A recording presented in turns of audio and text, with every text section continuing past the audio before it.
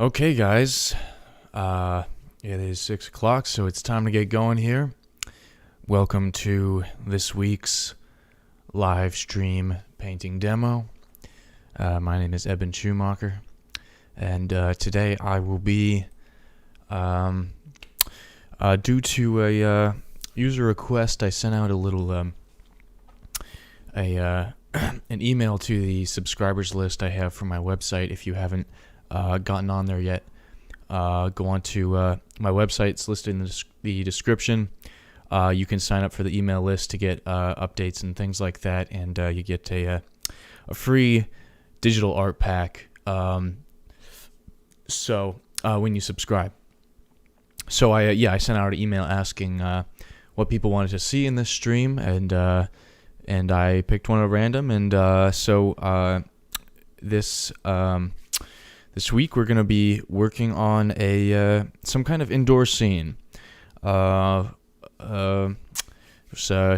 actually, she said that a lot of my paintings have been kind of depicting outdoor scenes and landscapes and that kind of thing, and she made a good point. I haven't really touched on working on like interior architecture or lighting schemes in that situation, so that's what I'm going to kind of start with today, is my general starting point, and we're going to see where it goes. I have sort of a loose vision of where I want to take this, but no real plan so far. So I do have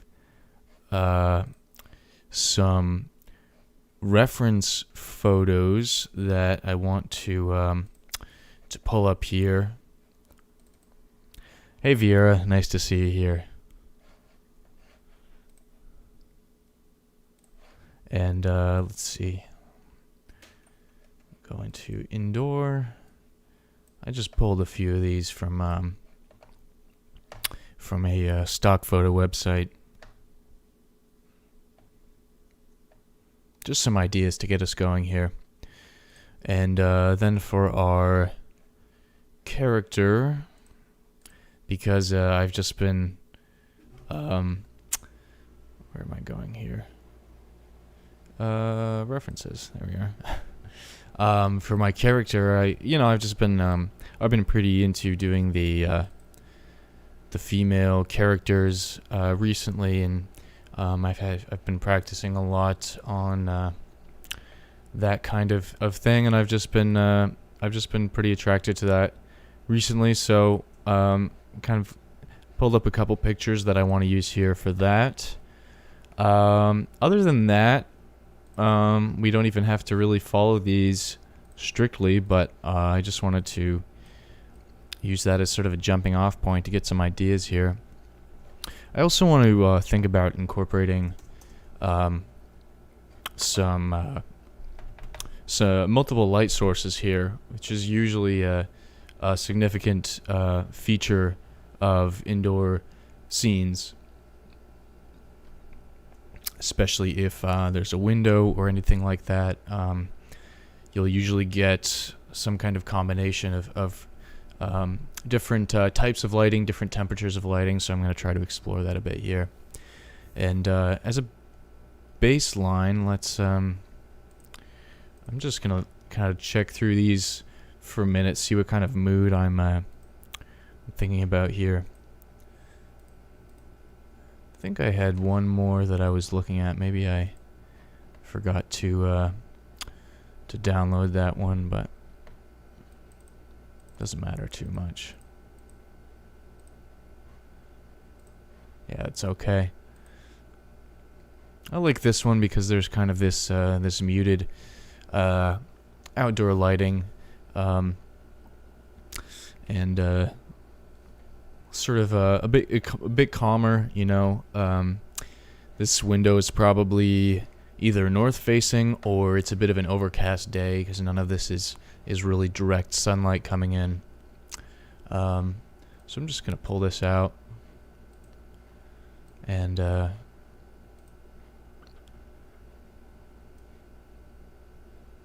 just sort of put that to the side here.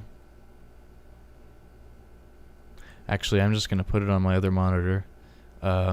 but I'll bring it in every now and then so you guys can see sort of the how I'm working with that reference. And I'm also just going to take a moment here to pull up the YouTube and the Facebook streams so I make sure I see your comments. Yeah, if you are if you're watching, feel free to drop a comment or a question here as I'm working, and I'd be happy to talk about it a little bit. Otherwise, I'm just gonna kind of get into it and ramble in whatever way I see fit. So, I'm thinking overall this scene is gonna be fairly dark, and when I approach a scene or any image, I want to think about what my general value distribution is going to be. And I want most of the values to be one type of value, and some of them to be sort of a mid value, and then a small amount to be the opposite of that initial value. Oops, that's not what I was going for here. I'm just going to start with kind of a loose gradient, and I think this is a bit too intense. It's a bit better. And this is, I think, yeah, that's black. We don't really want that. Maybe a little bit darker than that.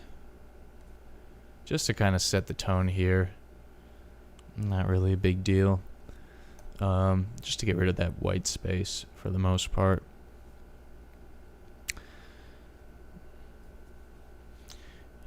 Yeah, I mean, and you can tell a lot about the lighting just by the temperature, and you can use those color and temperature cues in your piece to sort of set the scene a little bit.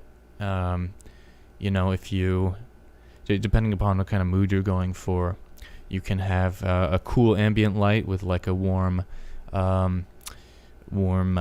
sort of direct or reflected light from some other source, or you could kind of do the opposite of that to get a different mood. So it's definitely something to be considering as you go. So actually, you know what, I can actually just I'm just going to shrink this down a little bit, and I'm going to color balance this a little bit too. It almost looks like there's some kind of filter that was applied to it, so I'm just gonna sort of push the shadows back to the blue a little bit, and we still have pretty cool ambient light here. So yeah, I'm just gonna go in and just start sketching some things and see what happens here.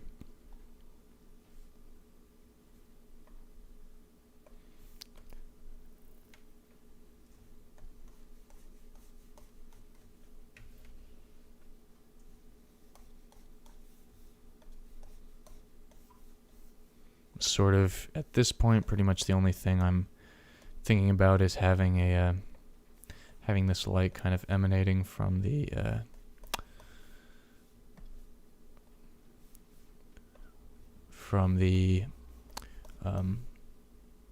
top right here. So maybe there's some kind of window, sort of just like what we have in the reference picture, and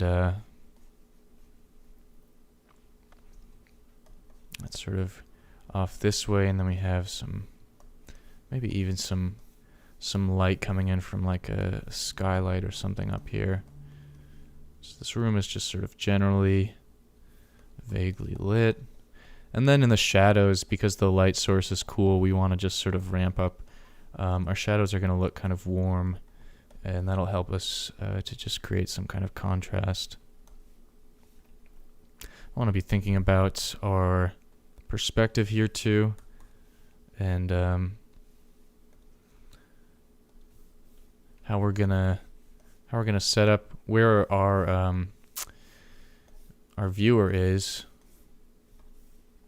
in the scene, where they're looking from, that kind of thing.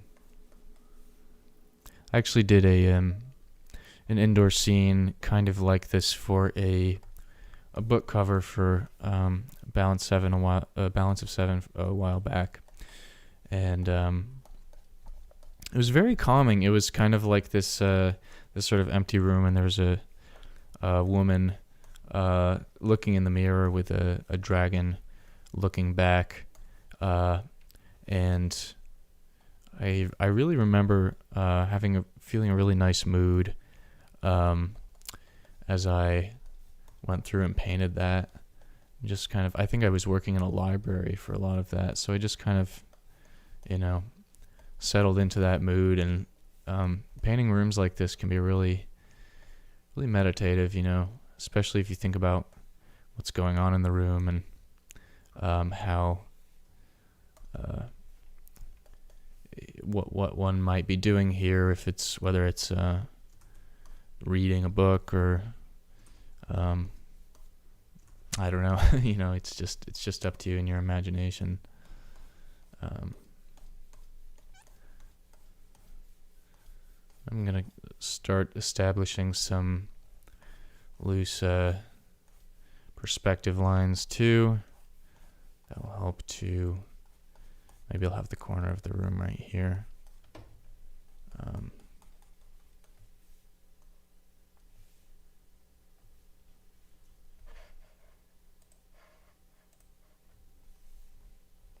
And I'm almost thinking there's going to be some kind of skylight as well. So we have, I'm thinking of having 3 light sources actually, 2 of which are going to be the same tone. So we can think about how all that's going to play out on the figure, which is going to be our kind of main focal object. Maybe we could have, actually, be kind of wild. I don't want to go too crazy with all these different light sources, but I'm just sort of seeing it right now for the first time. Maybe some kind of fireplace here and some warmer tones being cast from that. I think that's just going to make a really nice contrastive mood here.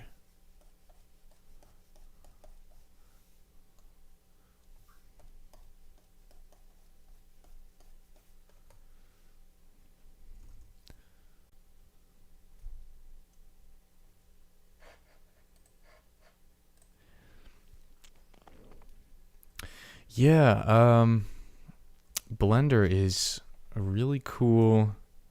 I've really been meaning to get around to the Blender thing for a while now. It seems like a really useful tool, and as far as I know, it's really something that a lot of studios and game companies and that kind of thing will sort of want you to be able to do, even if you're just a 2D artist, is to be able to use 3D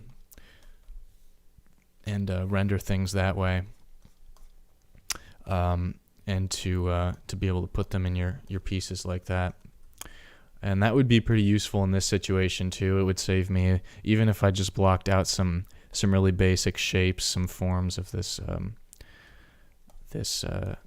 scene here. It would probably save me some time getting the perspective right, getting hard edges for things and that kind of stuff. So definitely something I really want to explore whenever I have the time to devote to that skill set. Right now, I guess I feel like there are other fundamental skills, fundamental art and design skills that I would like to address first.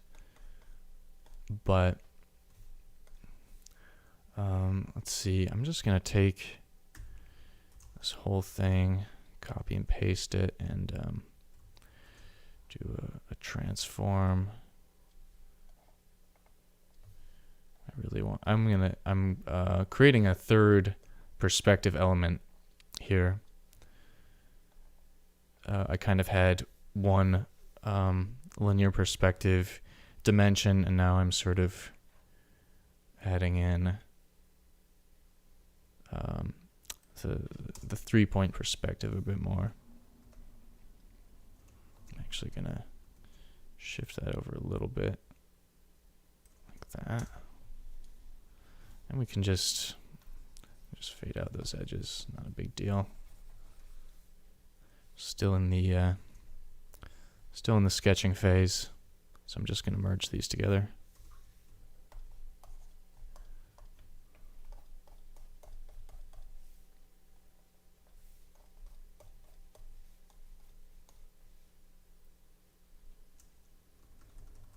Actually, I'm noticing the shadow I've created here is sort of going in a different direction, so maybe our skylight is sort of casting light in a different way up here.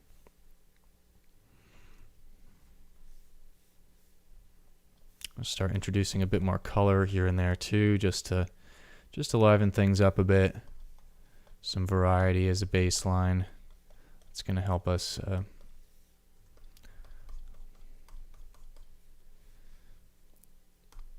with our mood a little bit later. I'm noticing colors in the that are already in the image as well, and I'm pushing those even further, kind of like I do with the study, except I'm just noticing colors that I've already put down, and I'm just sort of going in and pushing them a bit more.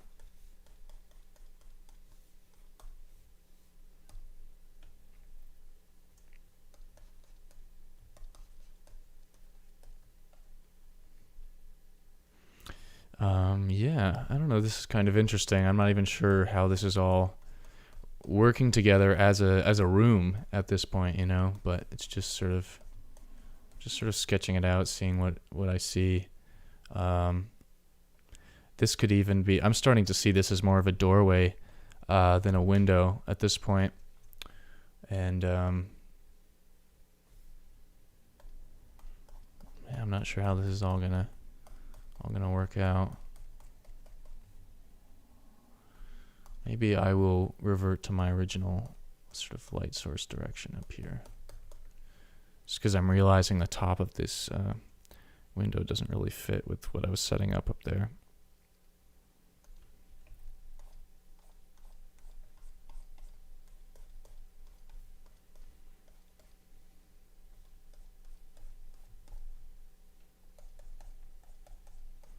Maybe some stairs. Yeah, this is kind of more of an entranceway now.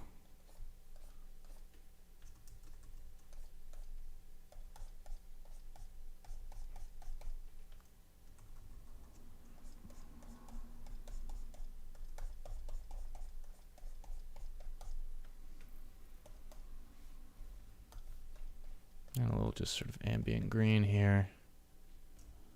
Maybe that's a little too intense.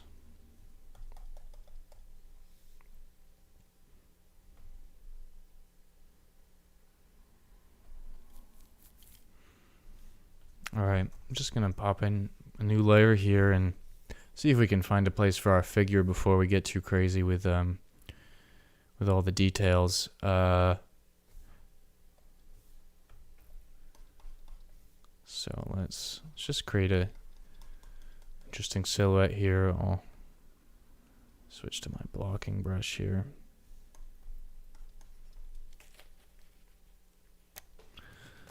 Just so I can create a nice, concise, clear impression of what's going on here.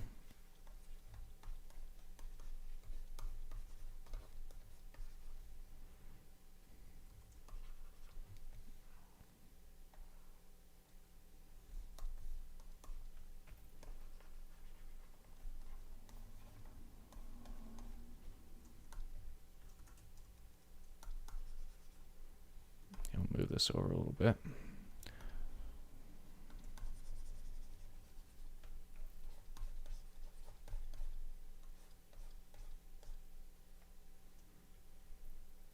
And I also want to think about the form of this this figure, you know. Think about how this gesture is going to work. I'm almost seeing, like, I can just draw it out for you here, but you can always draw it out yourself, just to remind yourself. But I'm thinking that gestures can be something like this. So I'll probably go back in and sort of sketch out some of these elements later on in that way. But for now, I'm just going to kind of block in this silhouette with that in mind.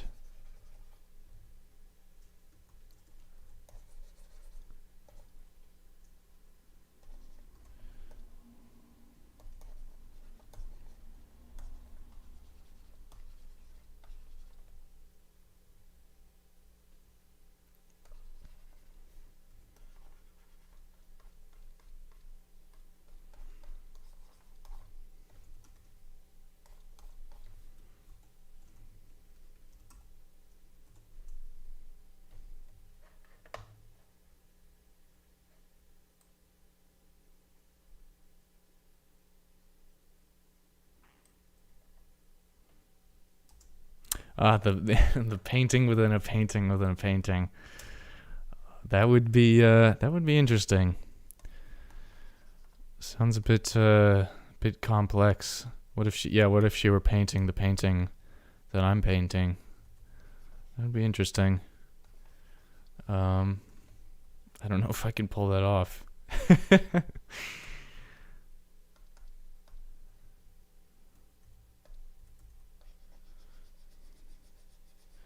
So I just want to think about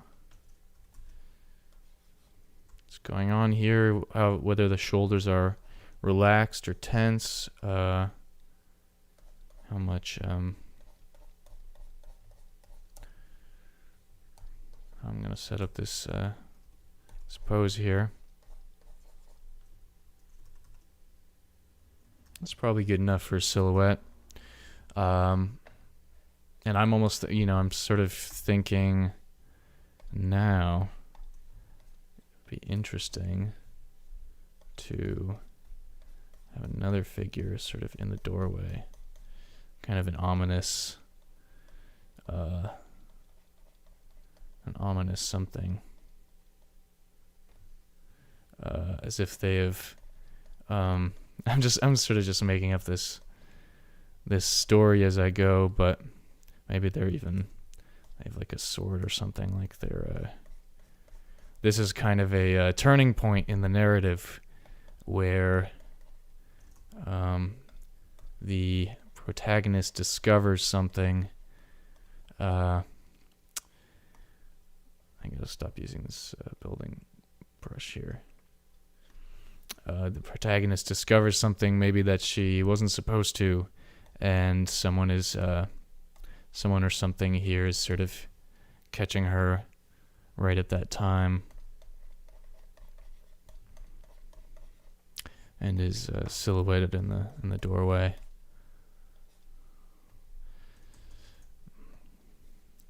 Maybe with the intent of silencing her, because she knows the big secret now. Whatever that is.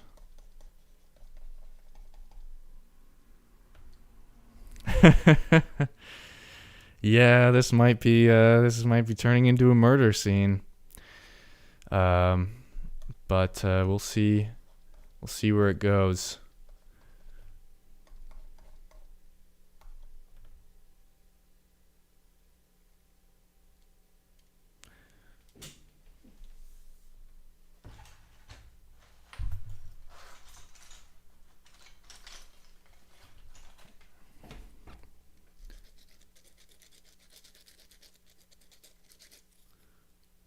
I have to sand down this pen nib sometimes because it gets kind of scratchy.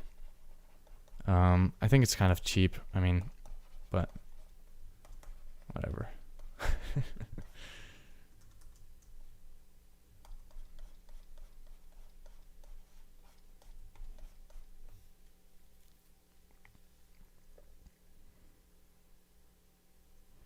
So I just want to think about how I'm setting up the whole composition now too. I'm looking at my thumbnail and thinking about how I can make this read a bit better, but I think it's okay. It's not quite as dynamic as a lot of my other compositions, but I have my main focal points kind of set up in the right general place. It would be cool if I had more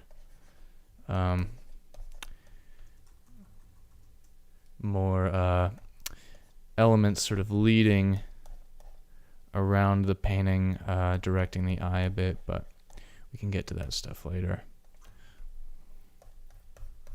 Just gonna have some of this ambient light back here.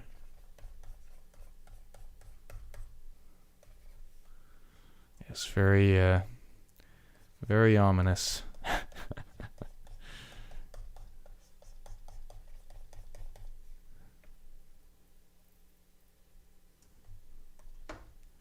And since this is there's a lot of architectural elements here, I'm just going to start being more specific about my edges and my forms.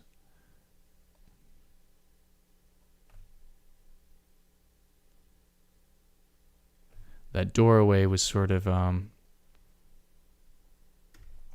get this right. That doorway was sort of pointing up in a way that I think was sort of leading the eye off the page a bit, so I'm just changing that shape a little bit.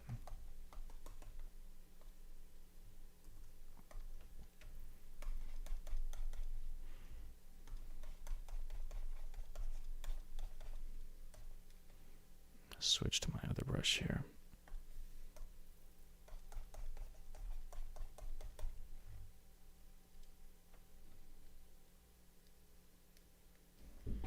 Still having this scratching issue. It's just these little things can sometimes be a bit irritating. Such is the nature of the digital medium. Alright, here we go.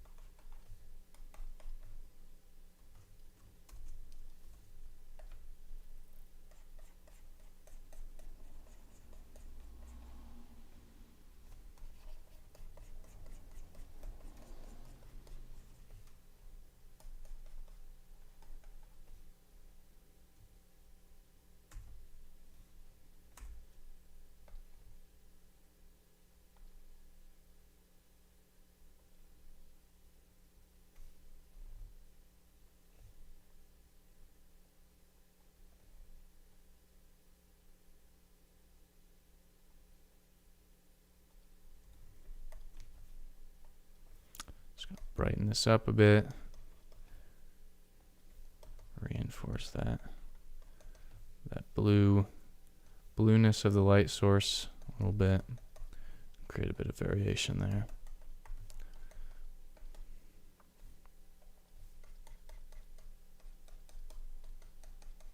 Not too concerned with this character so much right now. I'm just kind of trying to get the lighting where I want it to be.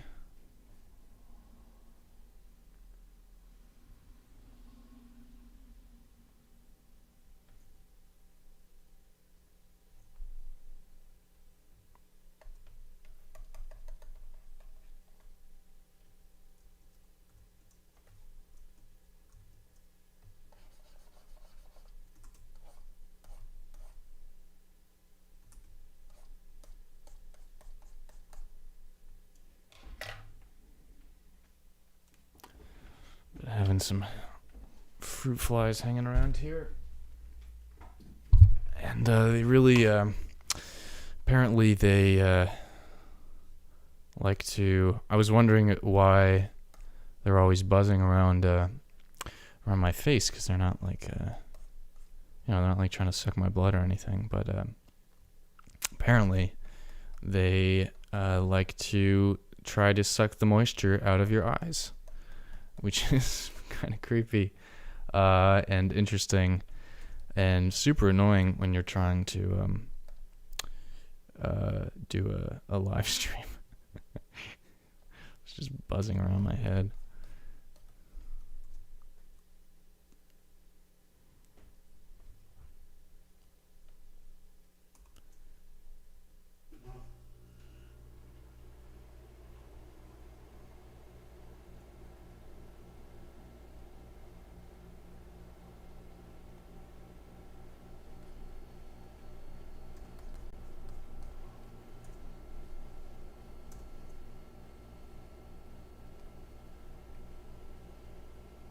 Just trying to block out some nice clean shapes here that are loosely following our perspective lines. Kind of seeing that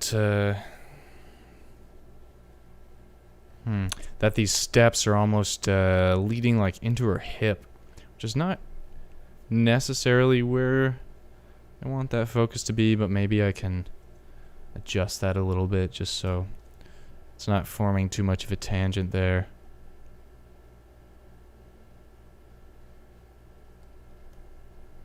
And right here. Whoops, put that on the wrong layer.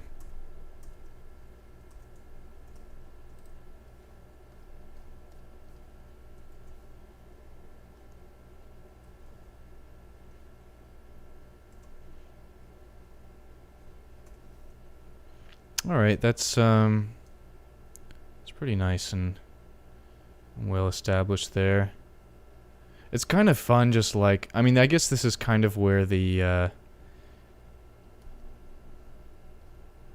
where, you know, the interest of using a 3D modeling program might come in. You know, it's kind of fun, just like just sort of creating these little nooks and these sort of little 3D shapes, and kind of just sort of designing the room, you know, not so much worrying about paint strokes and all that kind of stuff.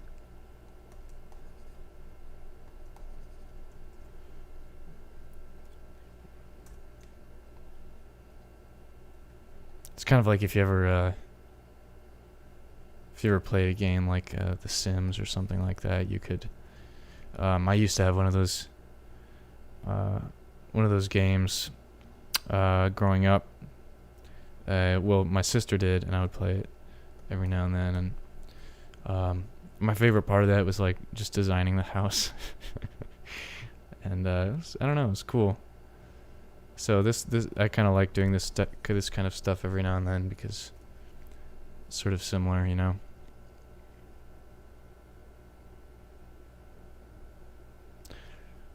Fruit flies, yeah.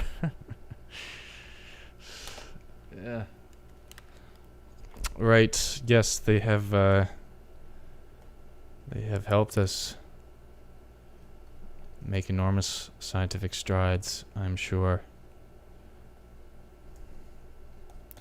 But I wish they would just buzz off sometimes, you know? I'm gonna think about this, the shadow that might be cast on the ground here too. This is something that's good to be conscious of. It's probably going to sort of imitate the stairway I've set up here. I don't even know if it doesn't have to be totally accurate, but something like this, I think, and then invert that. Sometimes you just have to sort of look at it and see if it makes sense.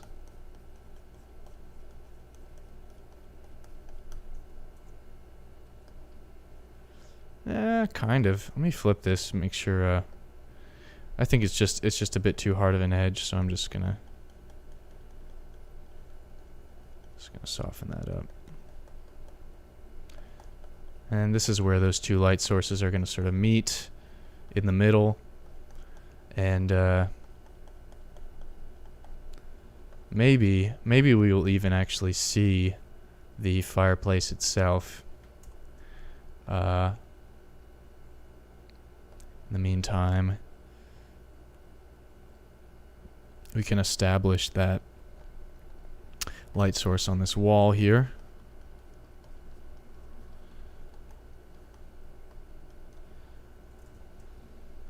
And that'll kind of frame the head nicely.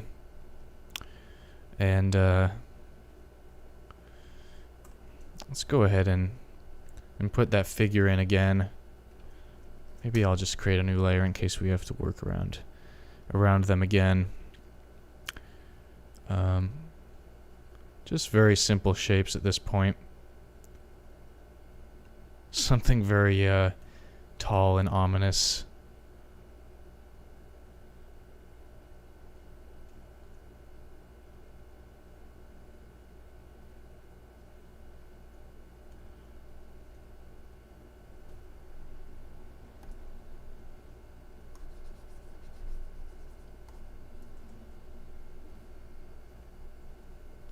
I realize I'm not really using this reference picture so much anymore, because I'm just kind of getting wrapped up in what I'm imagining here. But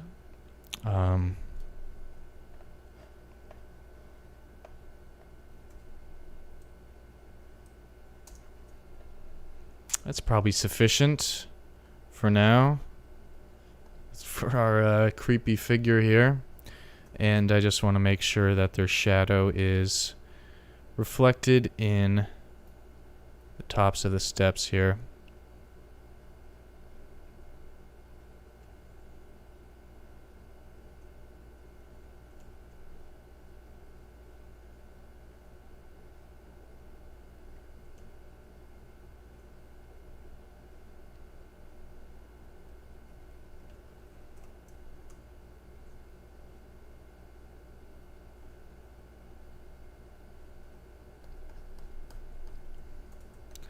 Yeah, creepy. I love it. This is more of a maybe more of a storytelling stream than anything. Also, just so you're aware, I am aware that the angles and the perspective down here are kind of all over the place. But I'm just not gonna worry about that so much right now. But maybe there's something I can do quickly to fix that. I'm just gonna sort of shift things around like this a little bit.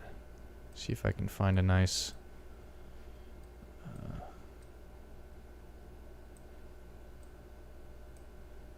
nice happy medium here.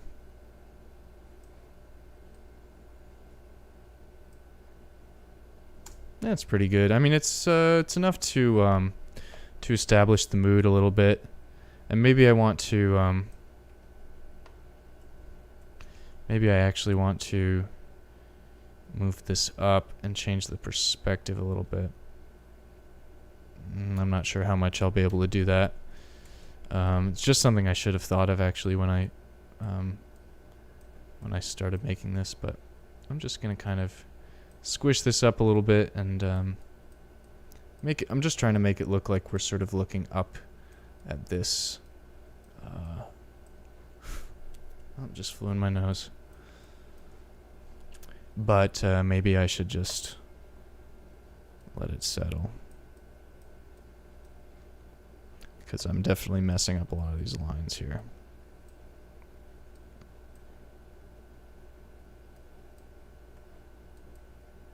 It's okay though, they don't have to be perfectly straight. And I think this is actually better. This is a bit more dramatic. A bit more stylized, yeah, but I just the way the perspective was, it was as if we were kind of looking down on it more, and I want this figure to be a bit more imposing. So actually, I'm gonna keep exaggerating this perspective a bit. I might be totally I don't know. It's kind of neat. I don't know. It's not like super accurate, but damn flies. Ugh. I can never catch them. Not the fruit flies. They're too small, too fast. It's okay. They're just trying to live. I get it.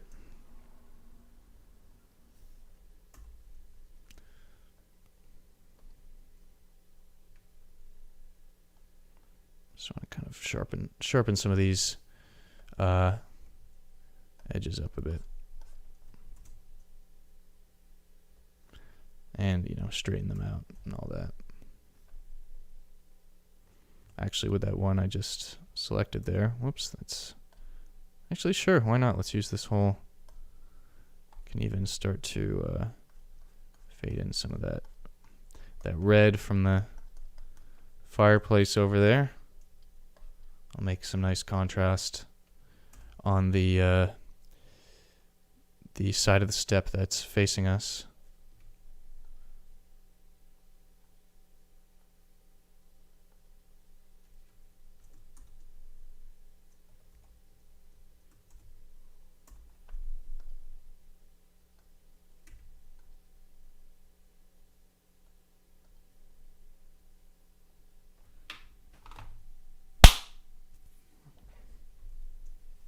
No success. Yes, I'll donate my fruit flies to science. Where is science? What's science's address? I'll mail them over there.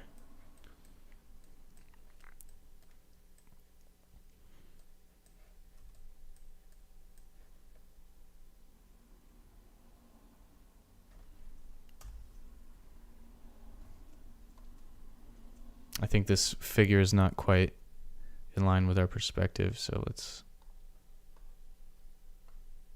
make this a bit more dramatic.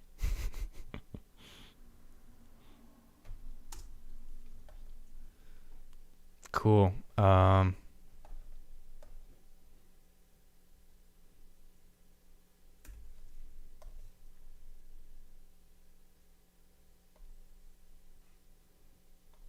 This is going to be the right wall over here.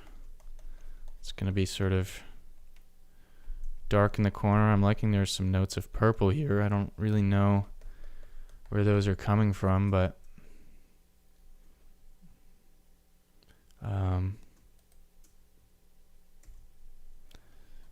they're there, you know. So I might as well dial it up a bit.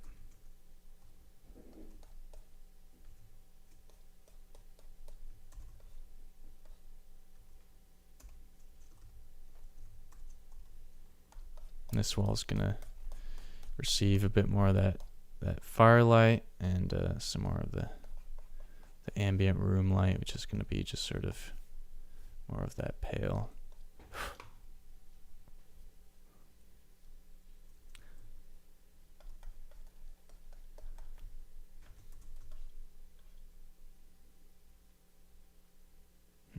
Maybe that doesn't quite sit right. But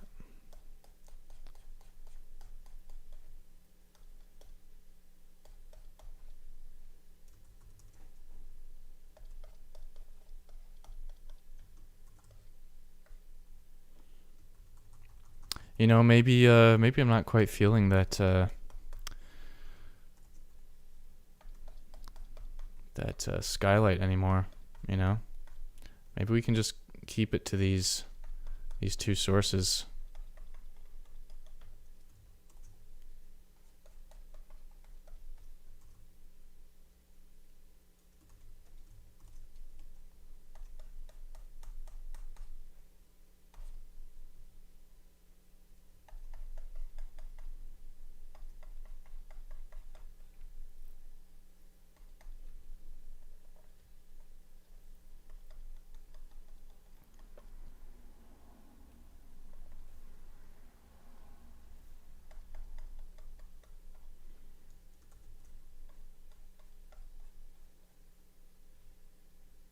Yeah, that's kind of cool. That's a nice mood.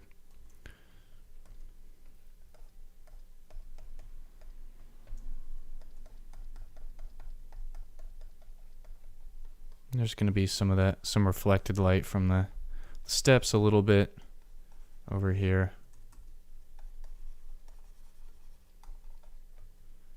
So this is all going to be fairly dark. And then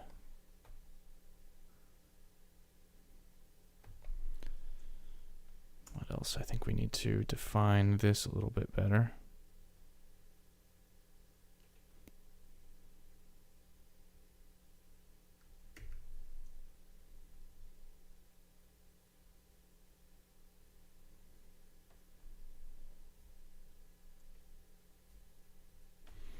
I think the way we're looking at this, it's almost as if we're looking at it slightly from above. I think the perspective of the figure and the I'm just making her and the room are kind of out of sync, but you know, we'll see how all of that plays out later on.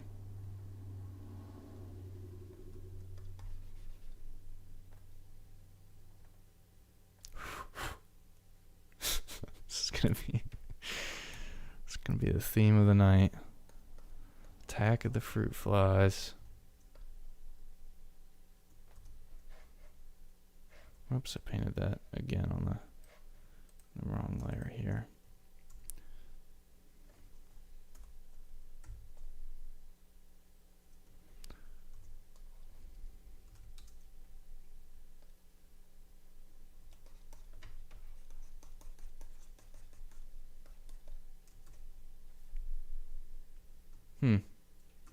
That was a bit overkill, wasn't it?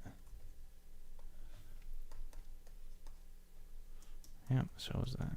Okay, let's back it up. That was an interesting idea, but didn't quite work out.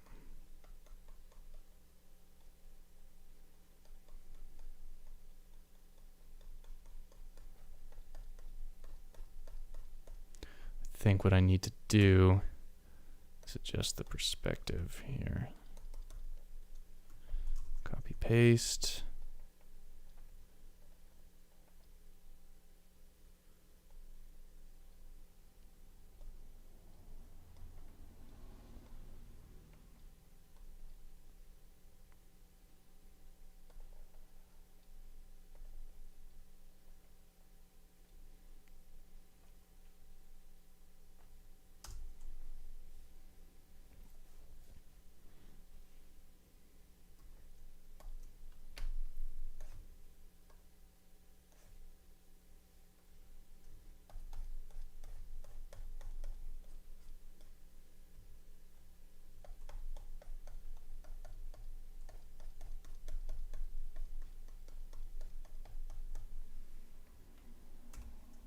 Maybe just start creating some more architectural stuff here.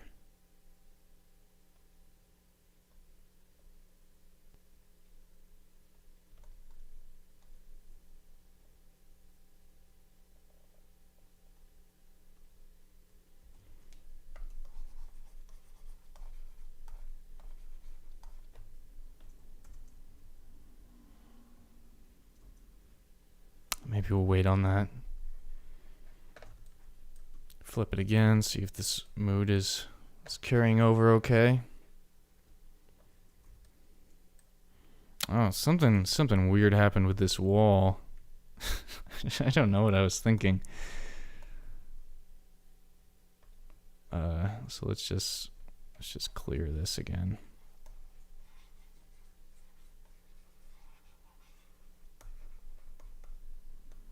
This brush is being pretty slow. I think the resolution here is a bit overkill, so let's take it down just so we can have a manageable frame rate for these brushes here.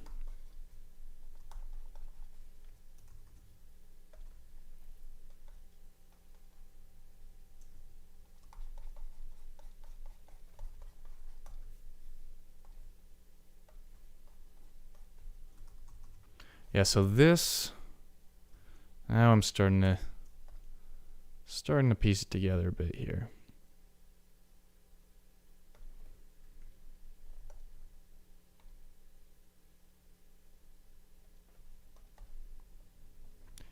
This light source here is going to be hitting this wall.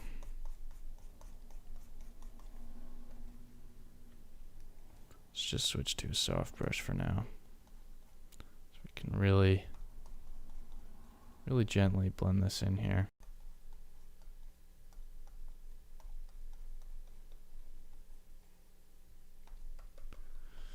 And then the warm light source is going to be hitting this wall.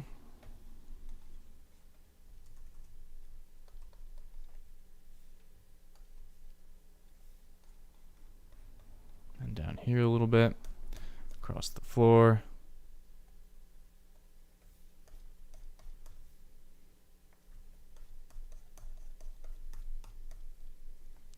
And then we'll just cue in where this light source is going to be.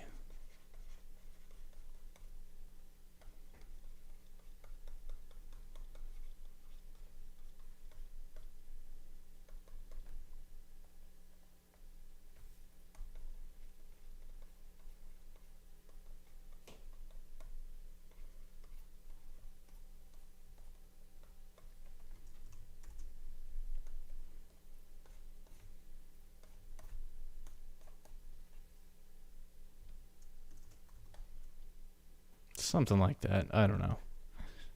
It's looking kind of strange so far, but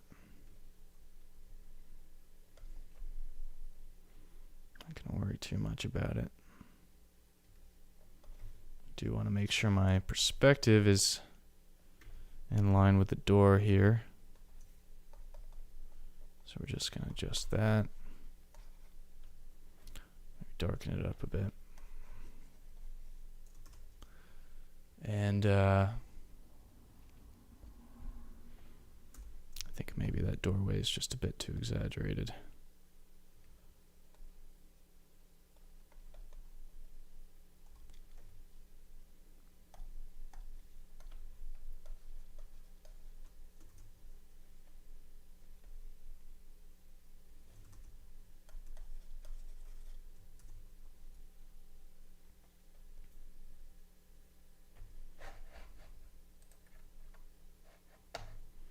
Hey Jose, nice to see you here.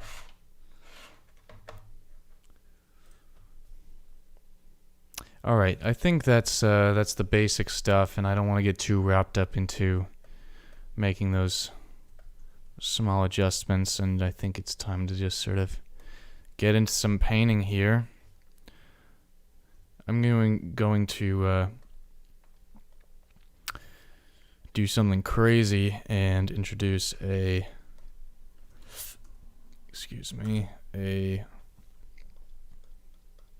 third light source right here.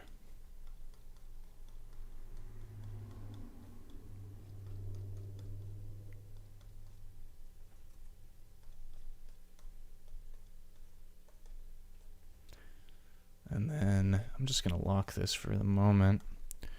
We will have that other light source hitting the back here. And the firelight hitting this side. It'll be a very interesting combination of things. Maybe not quite that far. Yep. Cool. And maybe we can even have some of this fire color sort of hitting the figure a bit. And these steps, all the planes that are sort of facing over there.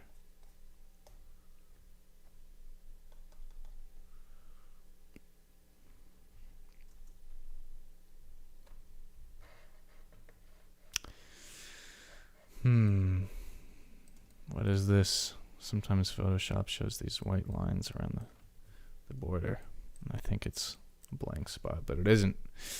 Okay.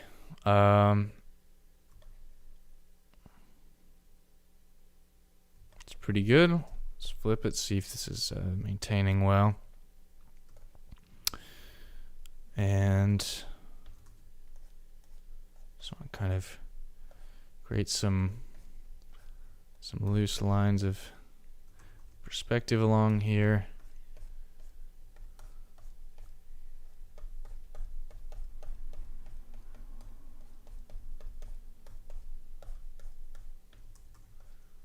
Not sure exactly what's going on with that floor, but we don't have to know yet. This is pretty good for now. Will suit our purposes.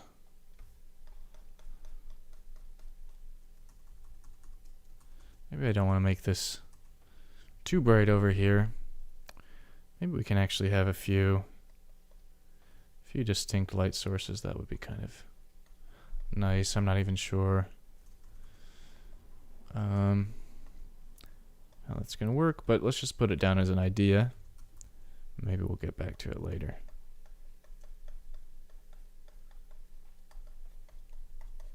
Maybe I won't have that one on the wall.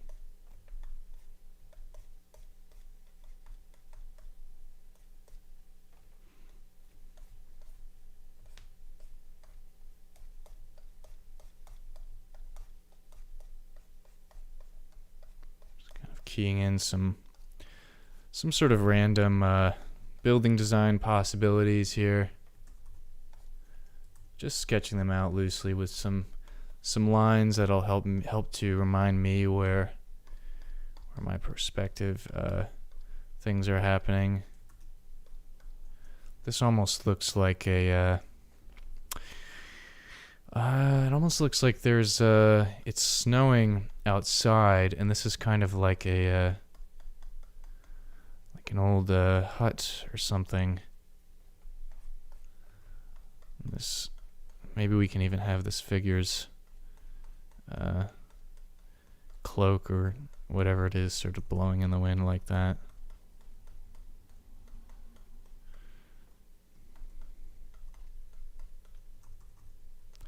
Make their whole pose more of an S shape. Give it a little bit more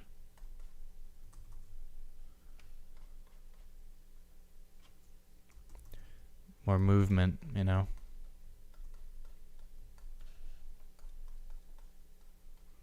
Have some wind sort of trickling in from outside too.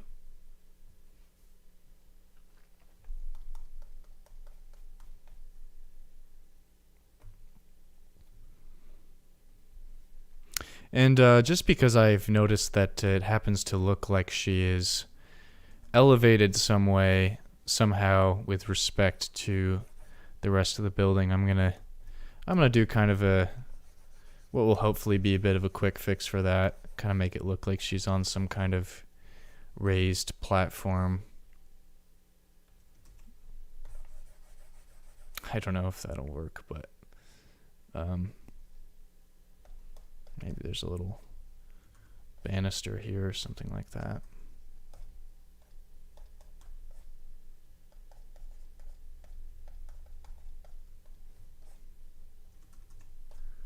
And maybe like indications of some other steps leading up here, just to justify the errors I made in my perspective earlier. I don't know if it will be too successful in that, but it doesn't matter. I'm liking the mood at the very least. Seems sort of interesting.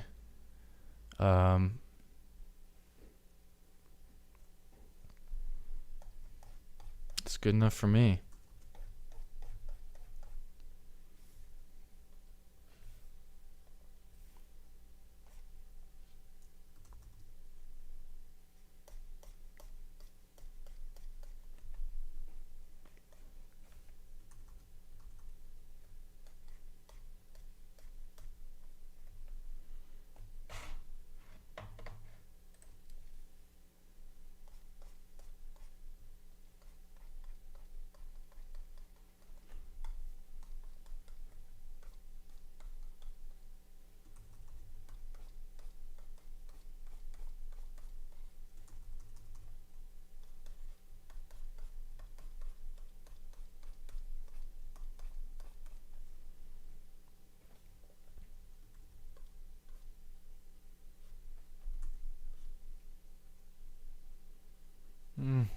if those highlights there are totally necessary.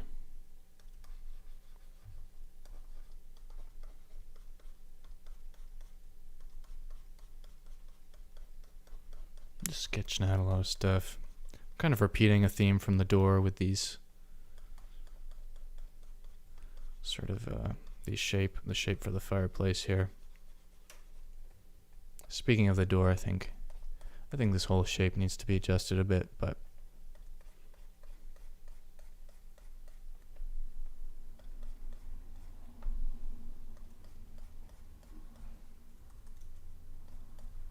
I think the perspective has changed since I originally made this, so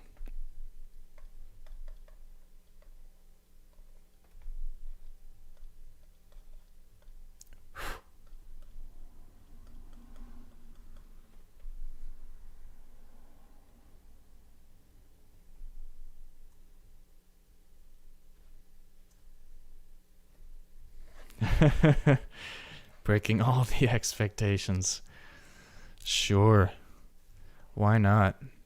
Or we can leave it up to the viewer too. We don't have to give too much away. We can just let the viewer decide. That's something I try to do. Deliberately sometimes is just leave certain things sort of vague, open to interpretation. Sometimes I do it a bit too much so, and it becomes confusing. It's a tough balance to strike.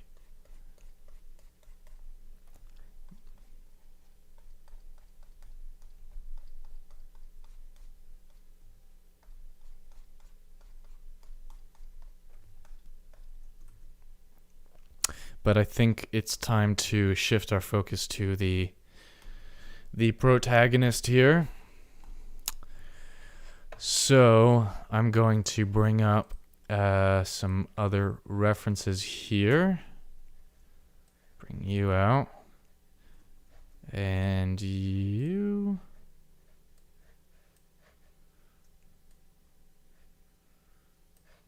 Perfect.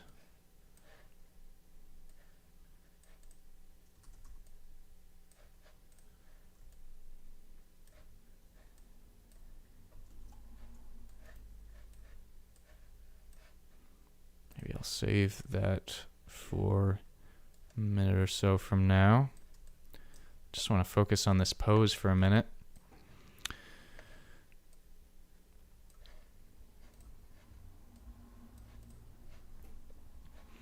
And I'm trying not to make this too tiny for you guys, but that should be good. All right, so I'm seeing the back here is a bit more. Whoops, I have to unlock that first. A bit more like this. Shoulders come up.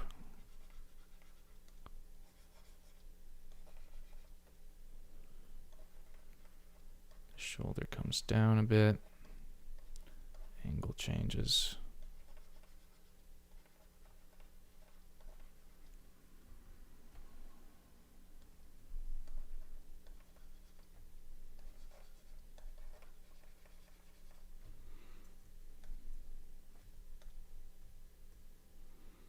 And then let's bring back our blocking brush here.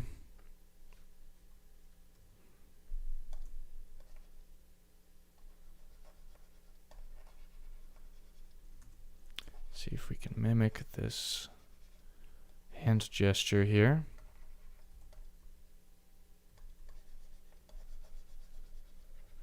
With one arm slightly overlapping the other.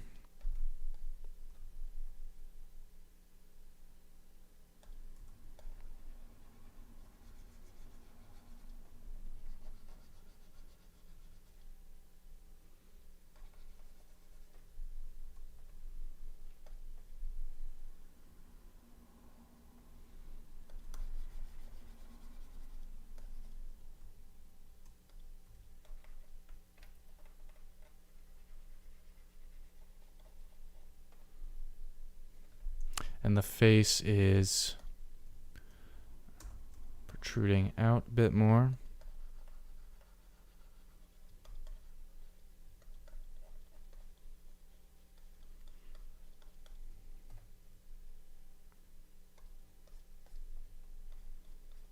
Just outline this arm. Just using the light source to help me sketch in some of these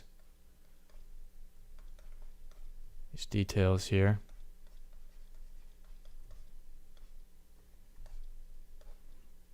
That's pretty good.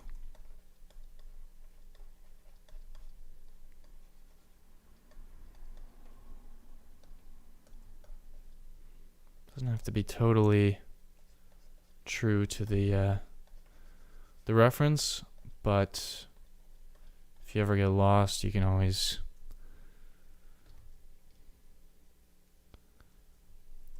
bring it back up.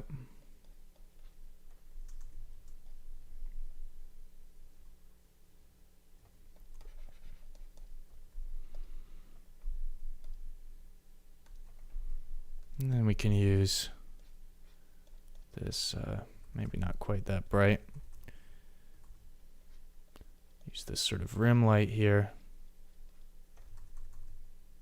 to help us define some of these regions.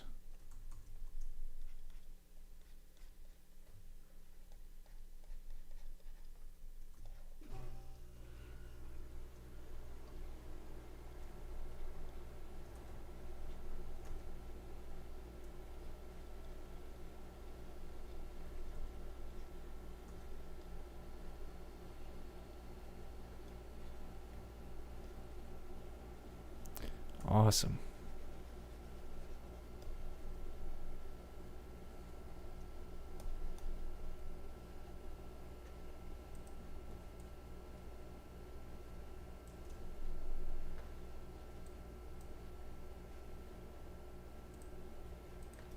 Maybe bring the shoulder up just a bit. Maybe some of this doorlay is touching there as well.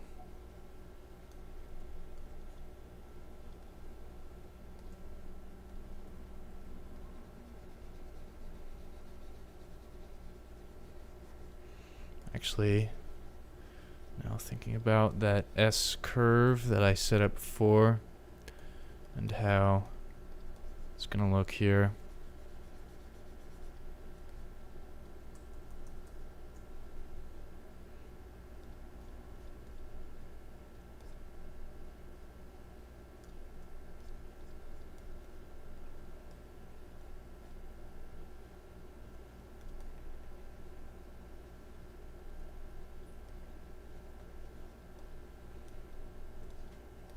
Cool. Very dramatic. I like it.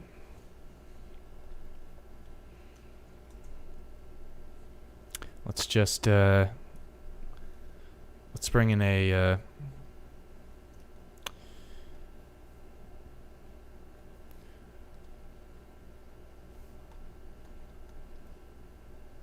some kind of temporary placeholder for our light source here.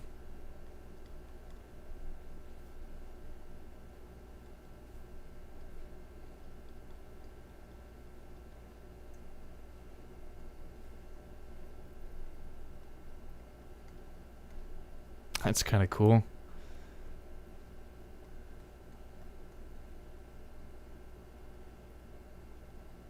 And just sort of, maybe that's a bit too intense, but have that reflected in the face a little bit.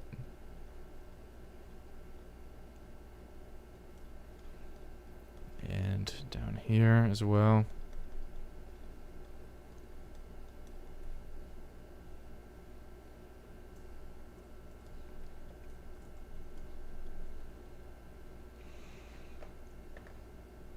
All right, now let's bring back our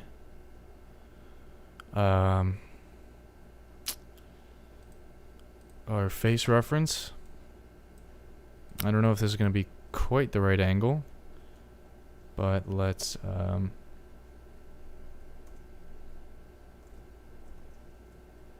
whoops. know. Let's rotate it like that.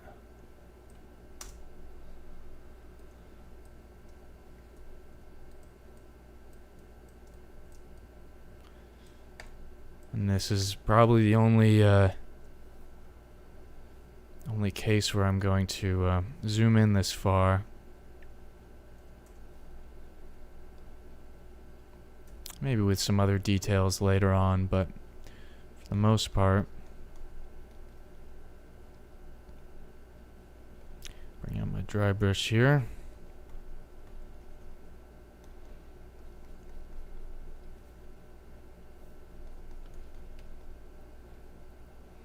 Create some areas of local colors so she's not just a green machine.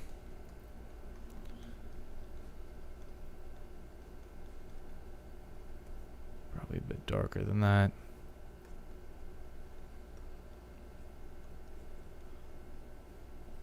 Also down here, just so we have it.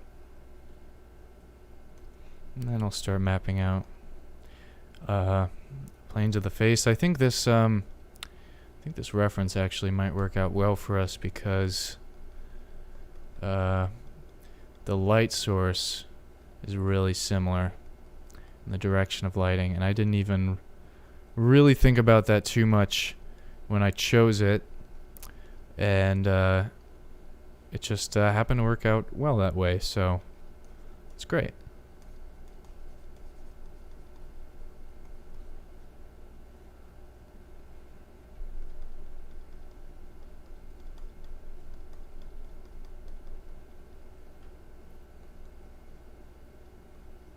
And as usual, you can count on this looking like a spooky Halloween monster for a while until we have the things plotted out right.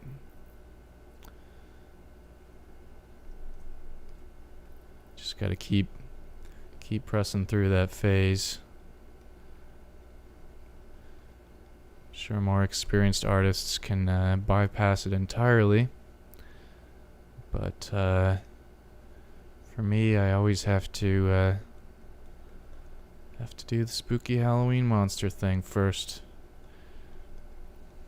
because it takes me a minute to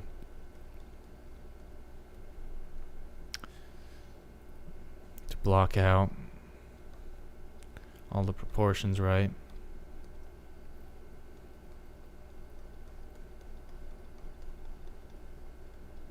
Maybe I'll actually go in here and do a bit of sketching first.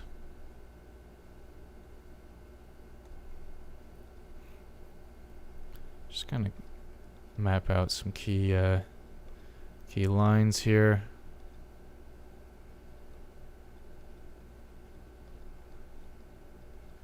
That'll help me create some more clarity in these shapes.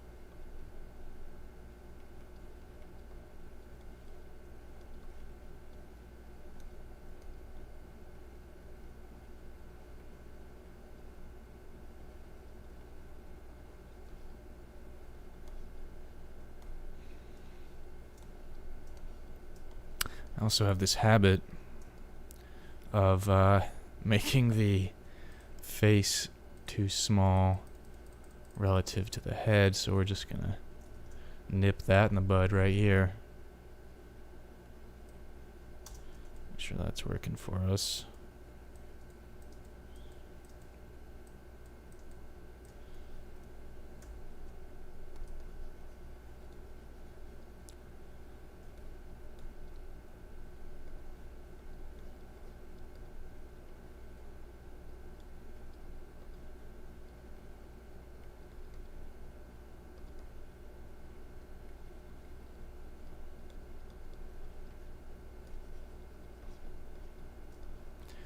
I'm almost thinking, like, I love in this picture, you can almost see the reflected light from the or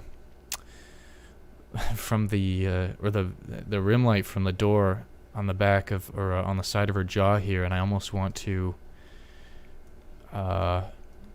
deliberately include that, but I would have to cut off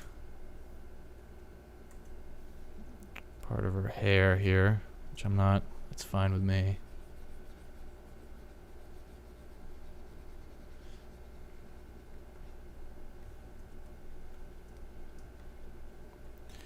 And we can just find a different way to articulate that.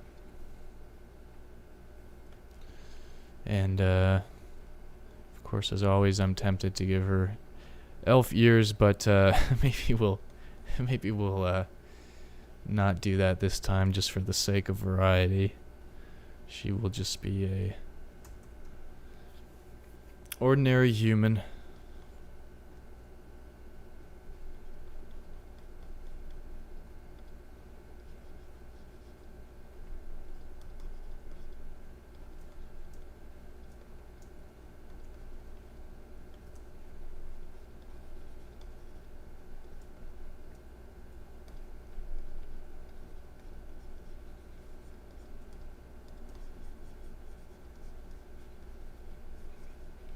Just kind of create some interesting shapes for her head overall.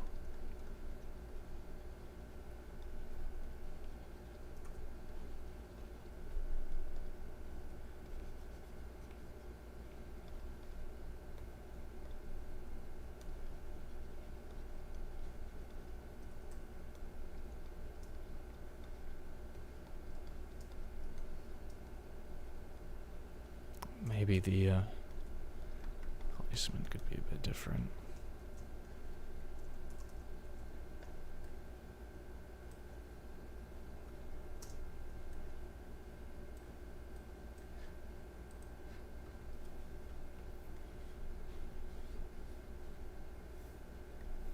Well, let's just keep plotting out these features here. Throw her hair to the side. Yeah, it could all just be kind of swinging around, or maybe she has one of those haircuts that people are doing these days, where they kind of like buzz the side, and that could be kind of interesting.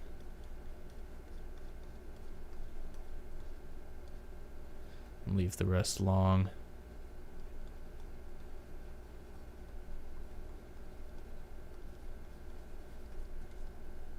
Not sure how that's all going to work out, but I'm going to focus on the more important features here, which is just the face itself. Just kind of looking like the She-Hulk right now.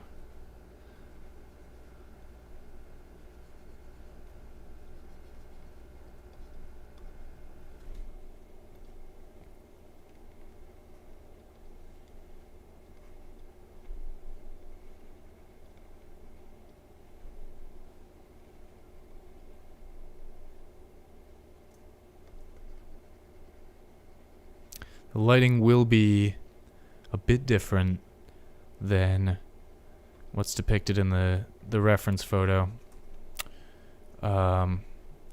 just because it is coming from underneath a bit more, so there will be more shadows on the upper sides of things.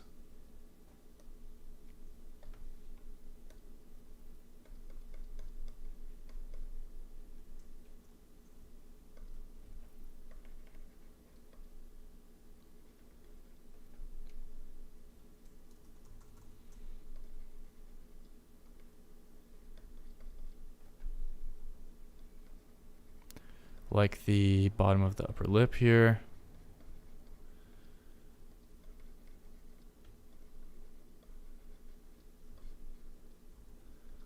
And the bottom of the lower lip.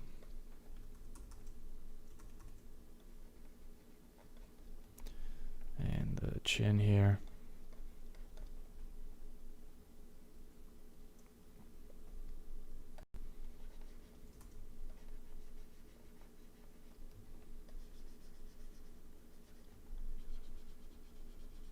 I think I'm losing some of my proportions here, so let me just take a minute to reestablish some of that.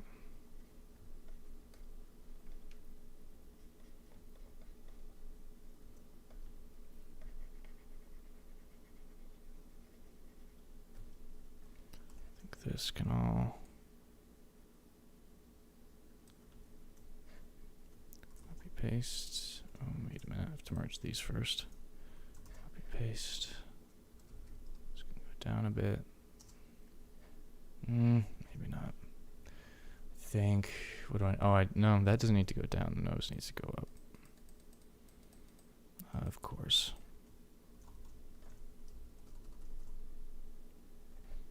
Tilt a little bit.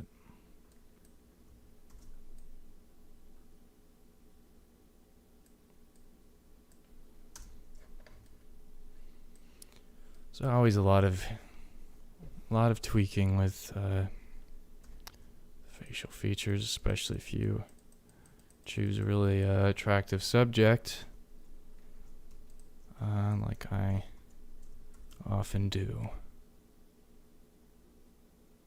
But it's really satisfying when you do pull it off.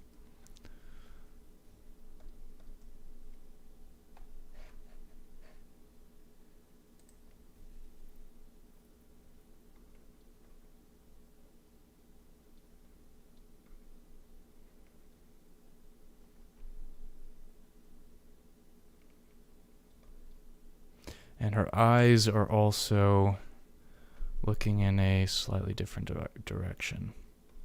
So I want to take that into consideration as well. Probably her eyelids will probably be lower. There'll be more shadows above the eye. And above the brow ridge here. This light probably won't come up quite as far.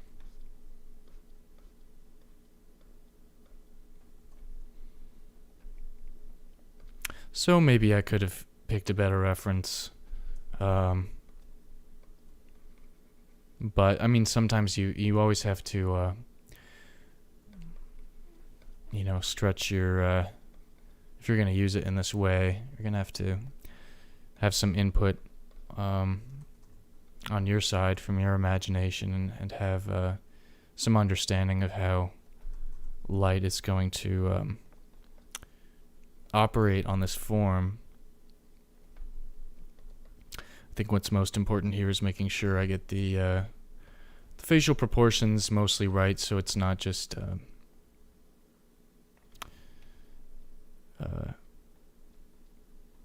so it at least looks human. A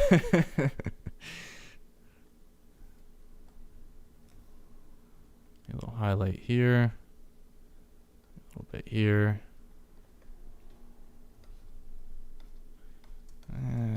Let's flip it and see what we're missing here, because yeah, that's pretty off. Oh man, yeah. All right, let's take this, copy paste. let's just shoop, turn, raise it up.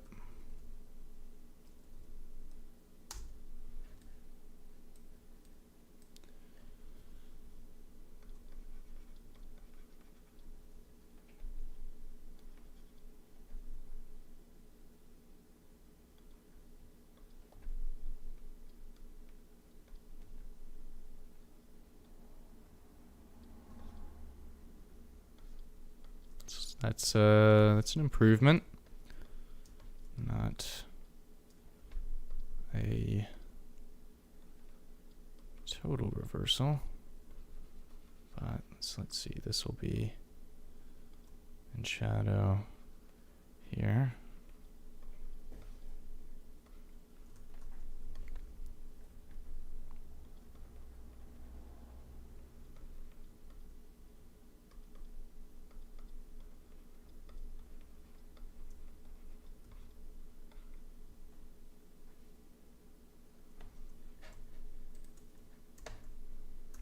I think this is just going to be rotated a bit.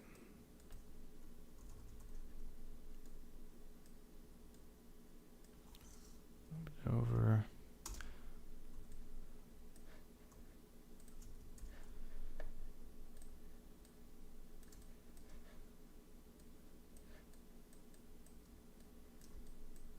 Oof, yeah, this is it's not a face day for me, I guess. Just means it'll take more time.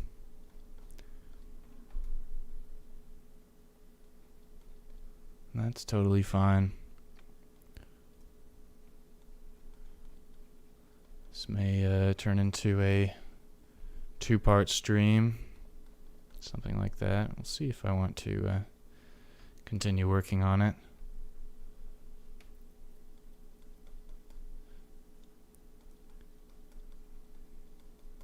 What do you guys think of the 2-part streams versus the one and done?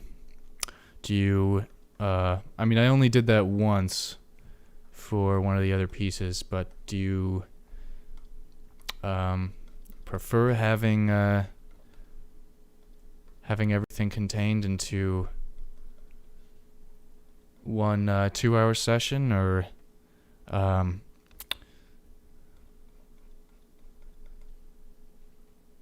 do you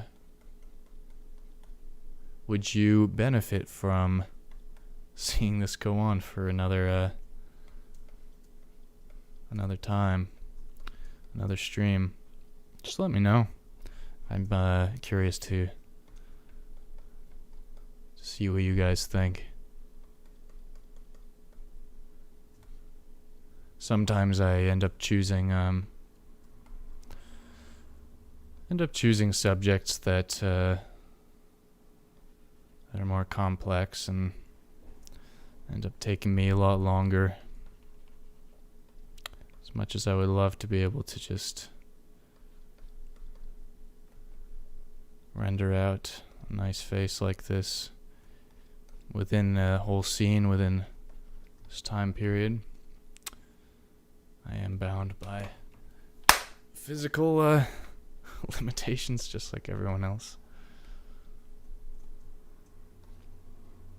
Yeah, every time you flip it, you see those imperfections, and try to adjust them before I kind of lose that vision.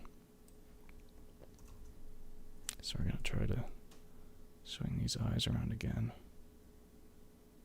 just a little bit.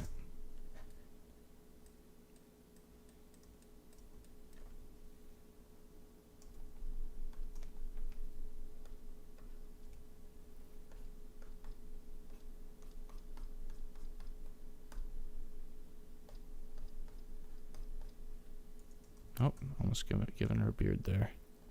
We don't want that. Let's give her, let's green and red together, or it's going to make a bit of a gray, isn't it? Interesting. Or a brown, maybe.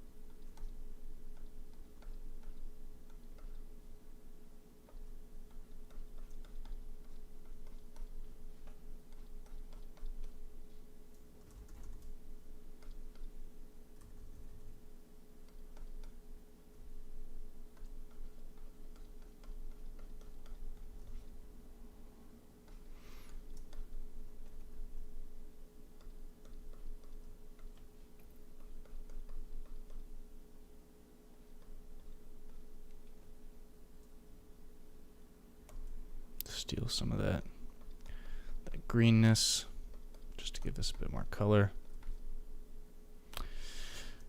Yeah, it's looking pretty messed up right now.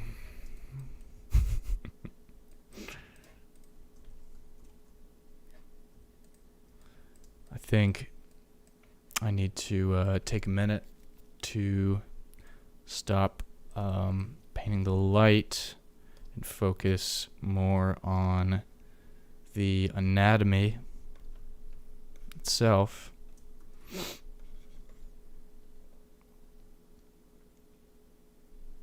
So let's just dive into these shapes with our sketch brush and try to figure out what we're missing here.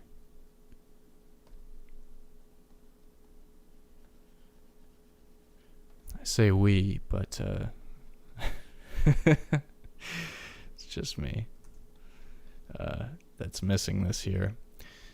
I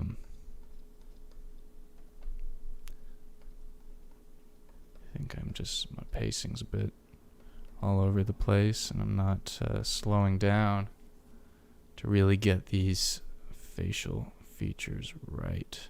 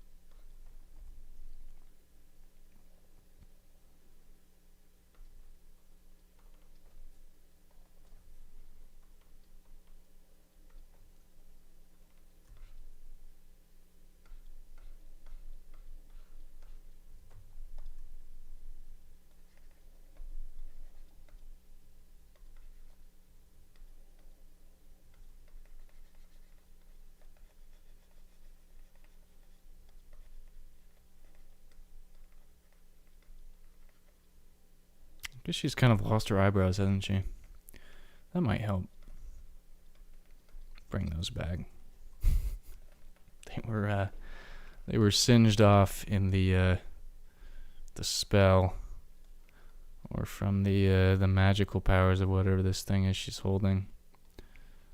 Which I don't know what it is yet, actually. But yeah, eyebrows are very important.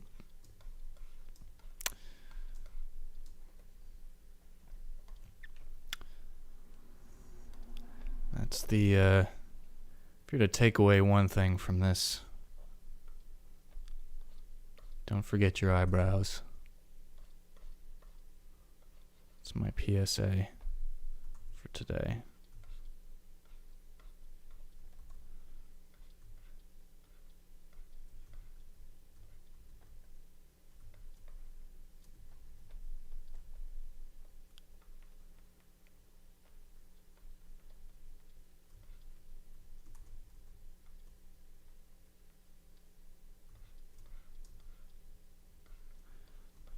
That eyeball is going off somewhere to the right, so let's bring that in a little bit.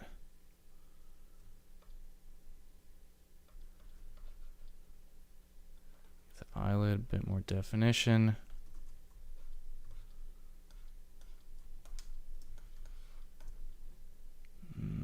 Flip it again. It almost looks like these eyes almost work independently, but not quite synchronizing, and that's always the tough part.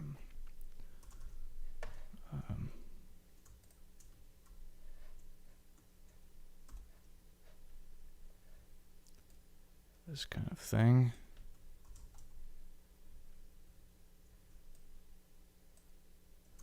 Getting everything so that's working together.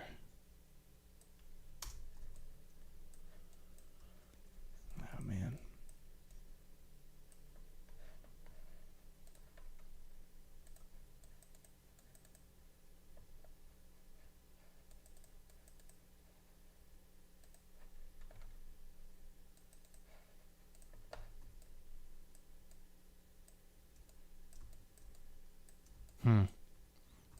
Well, that's good to know. Yeah. Yeah, I've always thought about, I've thought about sort of taking breaks in the middle of these things. I usually don't sit for 2 hours straight when I'm working on anything.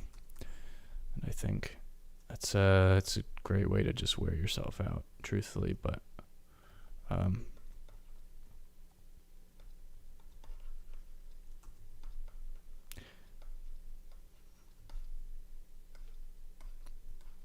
that's what this is all about, though, is you know, you guys just seeing the raw process, and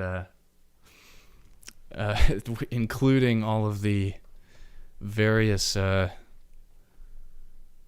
moments when I don't know what the hell I'm doing. Of which there are many in any given day. But yeah, I mean, the takeaway is always just to keep painting and figure out what it is that's not working for you. Sometimes it's hard to see what that is if you've been working on it and staring at the painting for a while. And you'll step away and come back a little later, and you're like, oh, of course. Like that's totally off. Now you can just jump right in and fix it in 5 minutes. It's always nice when that can happen.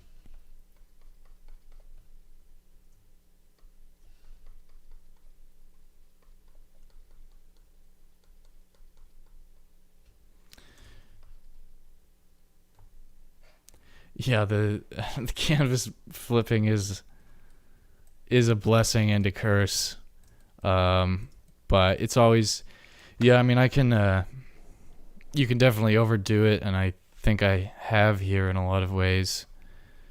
But, every time especially with faces, man, I mean, I guaranteed, every time I try to go in and do a face, it'll like look okay for a bit, and then I'll I'll flip it and just, oh man, it's just the devil himself staring back at me. So, it's definitely useful, but like humbling at the same time. And,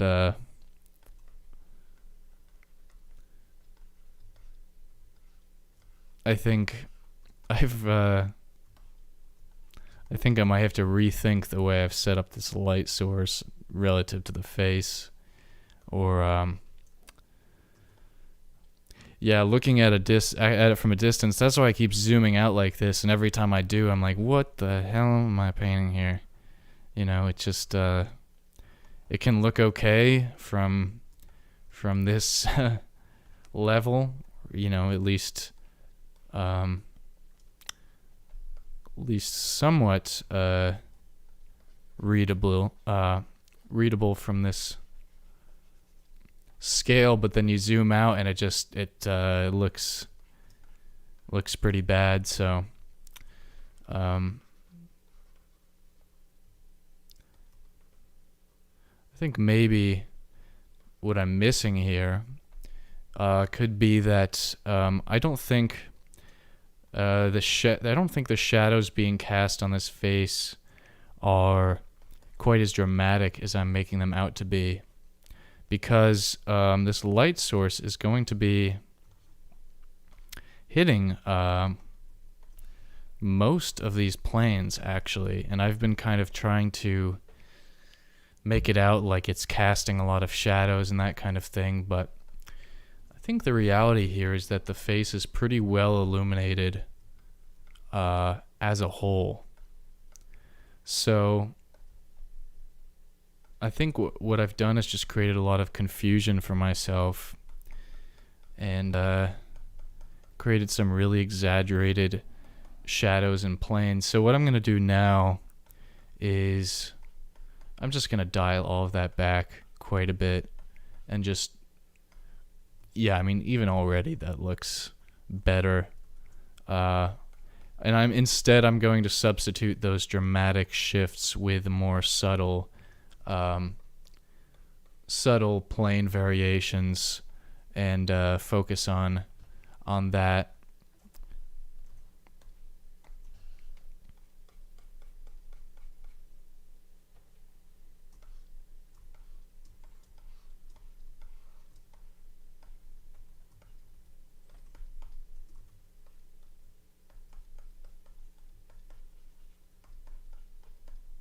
I'm doing it again.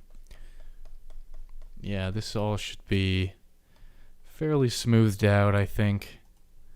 This light's going to be hitting everywhere up here as well.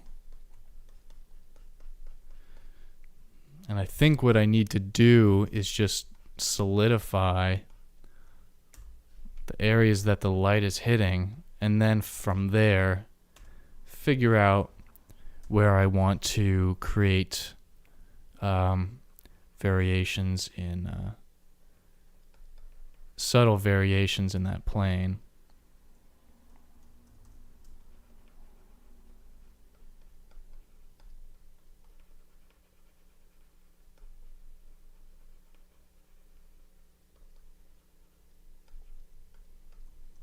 And really be careful about where I'm placing my shadows, which I was not doing before.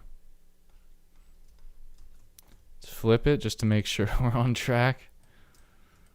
And I think it is slowly improving. And that is way better than it not improving. So, but I'm kind of at the point where I'm like, well, I've already put in this much time. I might as well just keep going and try to get a nice finished piece out of this.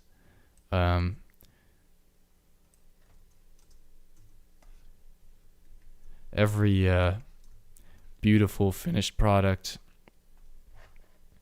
at least the ones I make, go through an inevitable period of total terribleness. And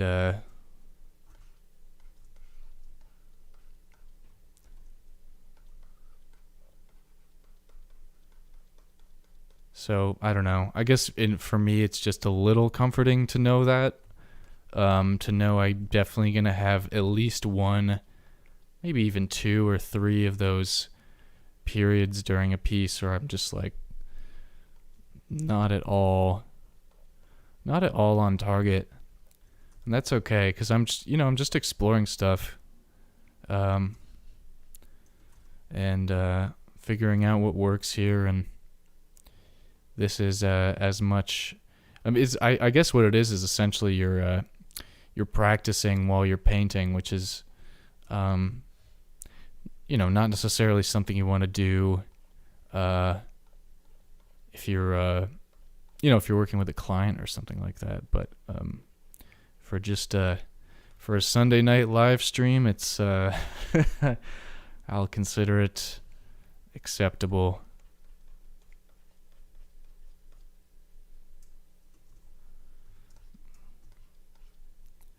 But yeah, I mean, you may have seen a lot of the faces I've been practicing, and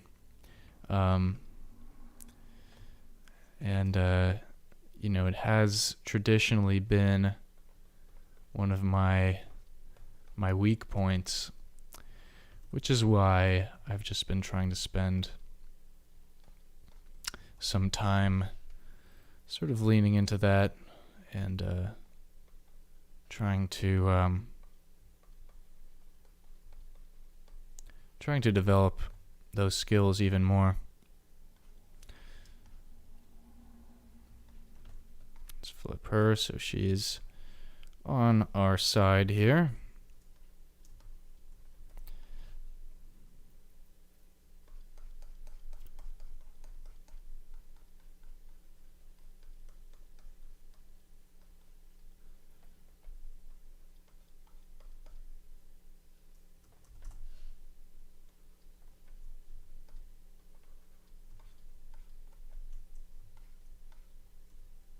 Yeah, and it's still, this is all still looking pretty flat and kind of,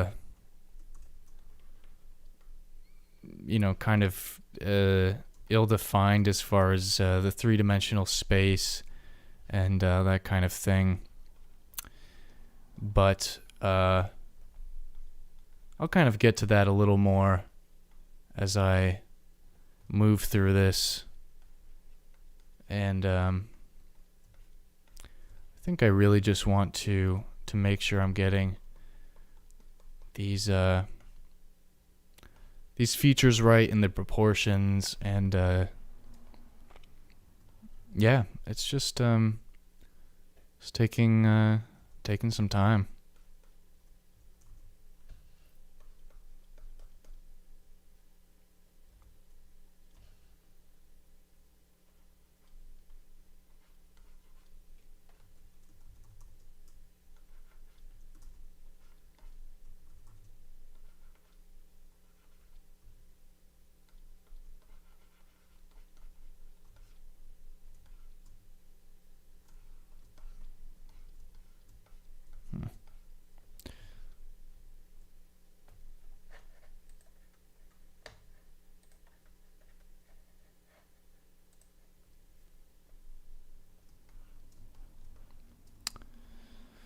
Yeah, I am sort of trying to imitate the shadows in my reference because the light source is similar. It's not exactly the same, but similar. And there's something I'm definitely not getting here. So I actually it probably couldn't hurt to just take a break from the face and try to flesh out some of these other elements here, kind of loosen up a little bit. I think that can help as well. I'll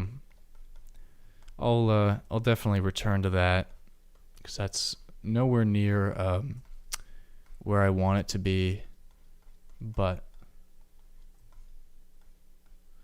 it's yeah, I think there's definitely the potential for overworking things like that, like I definitely did there, and it just doesn't really help. Doesn't help the process as a whole. And sometimes it can help to just sort of zoom out and let's zoom out from a reference to. Let's just look at the basic shapes here and see what we're missing here. I'm definitely noticing. I know I said I was going to move away from this, but I'm just going to try this strategy first. This is often a nice move to just back away, really see how things aren't working together. Just think about basic shapes too, basic values. There's that shape. Start with the forehead, yeah. There's this shape. And like, I have no problem going over everything I've just done because it's just not working. And so we're just gonna find a different way to go about this, and we're gonna start from the big shapes.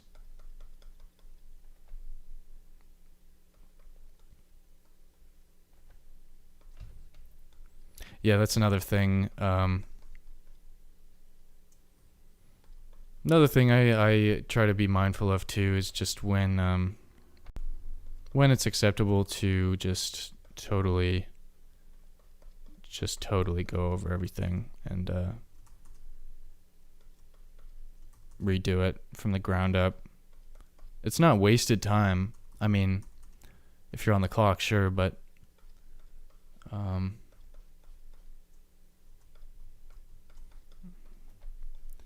you know, all time spent painting is not wasted time in my opinion. So I'm just going in and like painting out loose things here. And I might even leave it like that for a while I work on other stuff, so I can come back here at some point and see what I missed. But yeah, I don't think there was really anything that was super valuable about what I had there. It's just all pretty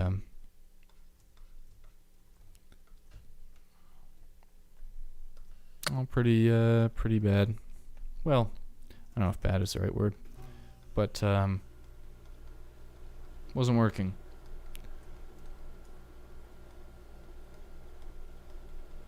So back to the Frankenstein monster, I guess.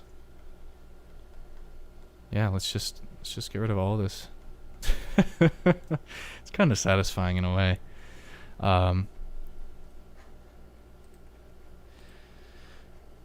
Photoshop for iPad. I did try it once. I do have an old iPad. It's the 20. It was the 2016 model.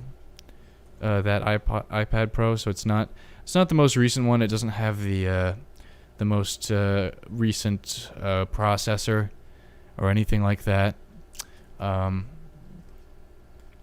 So, but you know, with that in mind, I think it ran pretty poorly. It definitely wasn't as responsive as Photoshop, and so, or sorry, not as Procreate. That is, the Photoshop app wasn't. It kind of lagged a little bit, and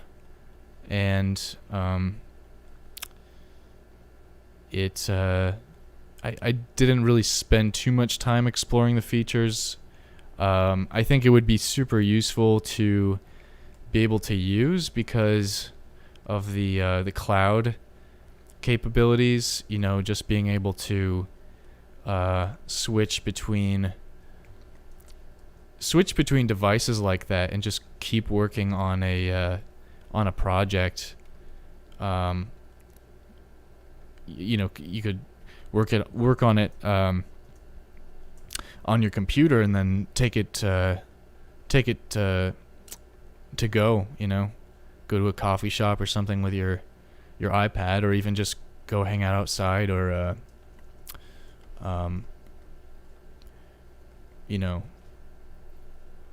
in a different room or something on the couch. I think that would be really cool to be able to do that. I just wasn't seeing the performance that would support that so much. So I didn't explore it too much. I've been meaning to upgrade, maybe even to the 2020 iPad Pro, and if I did that, I would probably explore it more, because I think it has a better processor and all that. So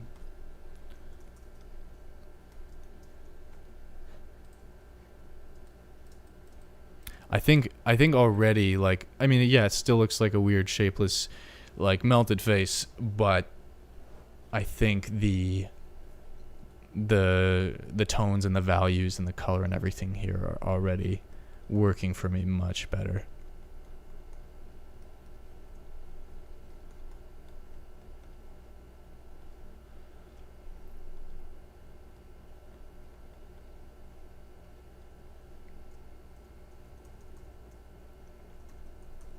I kind of gave her a little frowny face there. I don't want to do that. Just kind of like sketch out the lips, and this is honestly what I probably should have done in the first place. I zoomed way in and then started like doing a lot of fine tuning before, and I've made this mistake so many times in my own work and in these streams. It's kind of impressive that I continue to disregard my own learning like that, but I mean, relearning something is just as valuable as learning it in the first place. So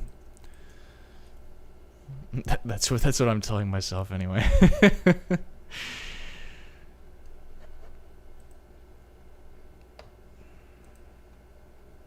Yeah, the values definitely look better. I think even this as it is right now is far more convincing than whatever it was I had before. Even like if you look at it up close, like there's not much detail, but still just way more better tone and value wise. Yeah. Jose, I'm glad that you can find this relatable. Yeah, I mean, I think I don't know for sure. I mean, there's some pretty incredible artists out there, and I think that that can operate at a higher level of efficiency and obviously a higher baseline of skill. But I think to an extent everyone does encounter situations like this and has to go in and rework stuff pretty dramatically to move forward. Yeah, and like this doesn't look like the one from the reference photo right now, or and it might not at all, moving forward, but it's not super essential for me for this image. I'm not trying to make a specific person so much as I am trying to create the impression of a person that looks nice and that fits well with the theme here, or that with the scene. I do like that the reference woman has her mouth parted slightly, which kind of indicates some surprise or wonder. So I think I may try to replicate that. I am gonna try to push the local color of her face more, especially where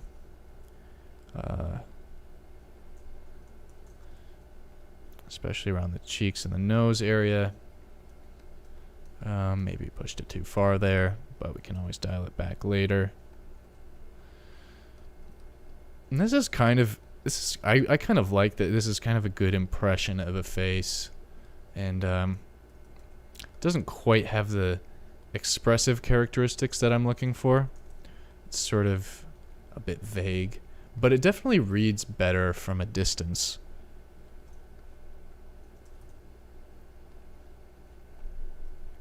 And I think with a few tweaks, we can make this work without without even going in and putting in all those details, just with like really basic shapes here.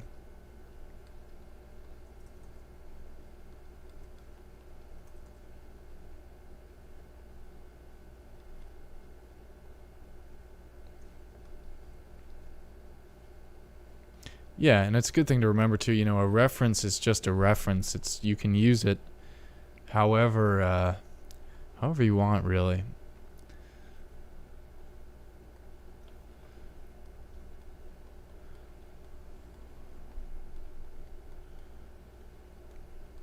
Can be very very liberating to see what's being portrayed here and then make an active decision to take it in a different direction.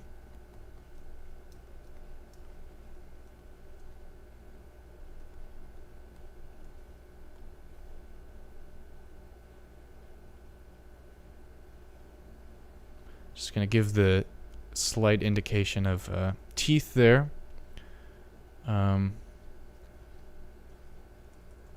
And I'm not even gonna worry about the whites of the eyes right now, because honestly, this is definitely surviving on its own merits without that. But I may try to create some little reflections of the sphere or the magic thing, whatever it is. I may try to create some little reflections of that here.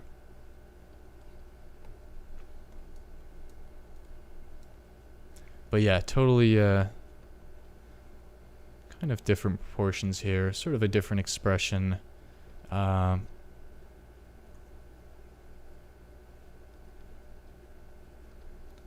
I'm just gonna try to tweak this a little bit and keep this distance too. Don't want to zoom in too much because for some reason or another that's really really messes with my ability to perceive faces accurately.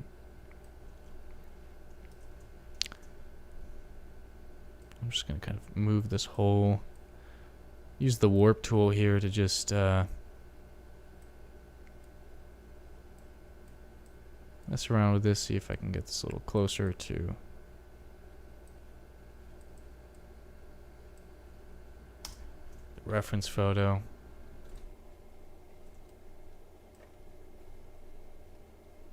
Didn't really work, but just keep on going here.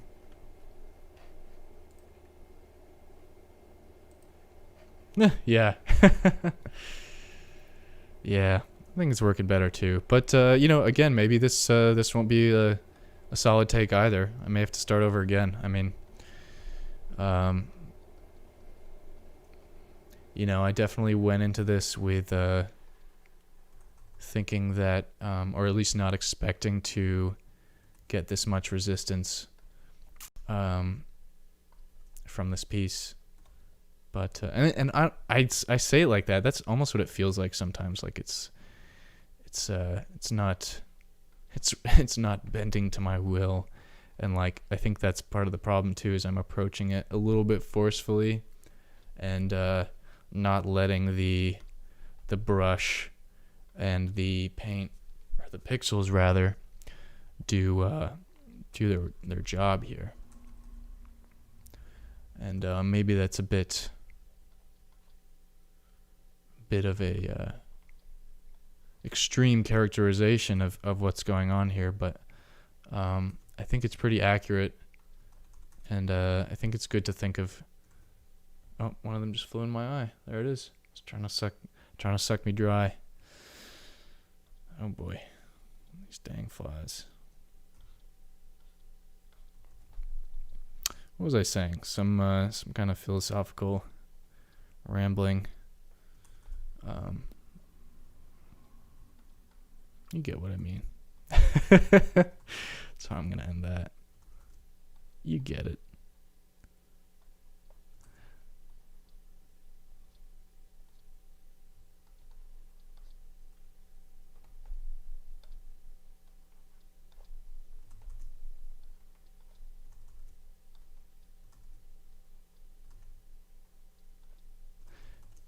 I'm also kind of, I want to remember my my lessons on character expression, and I've kind of forgotten to push that a little bit more here. And I think I'm starting to lose this again. Whatever I managed to build in those last few seconds, I think I'm starting to. This face has gone through so many iterations already.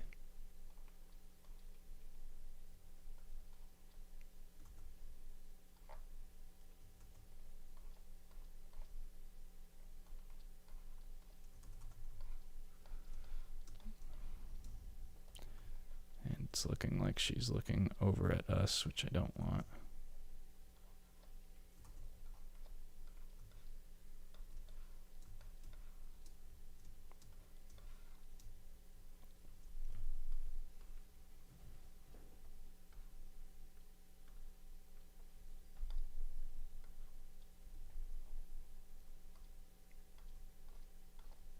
Oh, and there's always a shorter way to do this, which would be to, I don't know, copy and paste that reference or elements of that reference into this image here. I've done that for paintings in the past. It's not a great way to build your skills, really, but you can get a good convincing result quickly if you blend it well.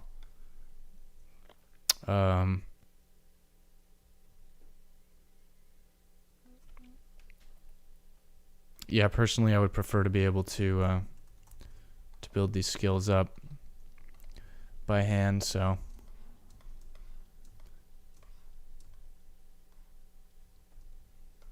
that I don't have to practice as I'm painting, like I'm doing now.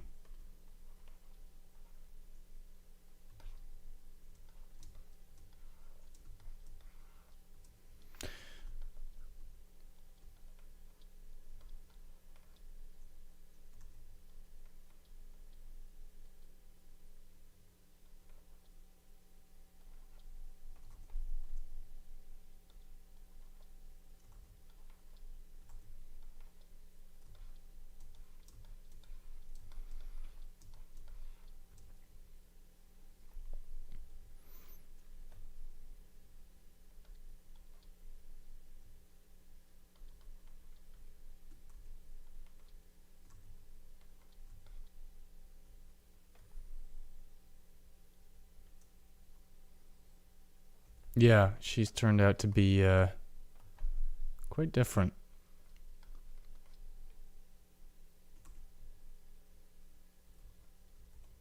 Bit more East Asian looking. That's cool though.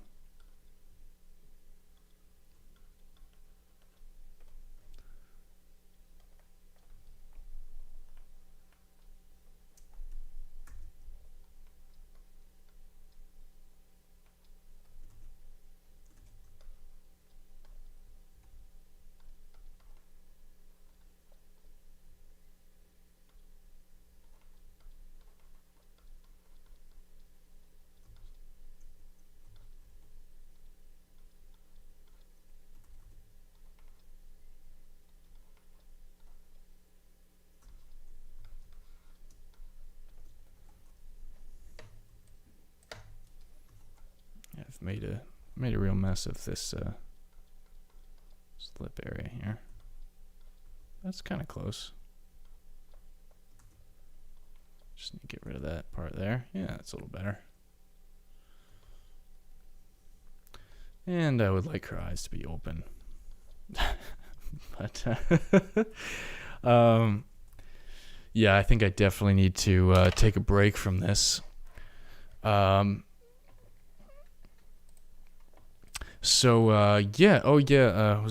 the music. Music's going well.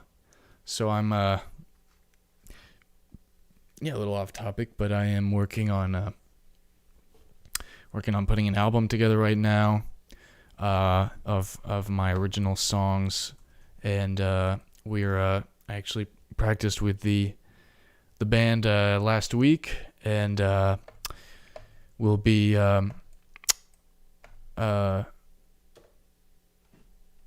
booking we'll have a recording session booked for next month. So it's coming right along. It's really exciting stuff. It's a fun project.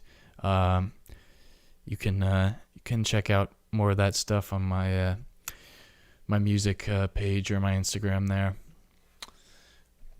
But for today, as far as this stream is concerned, this has been an interesting one, and I think the results at this point are not too bad. It's not a terrible landing spot. It's not great, but I think this piece still has some great potential, and I think it's just a matter of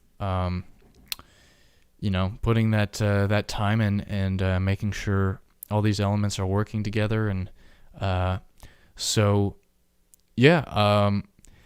I think I'm gonna wrap it up for tonight here. So thank you guys for joining me here on YouTube and on Facebook.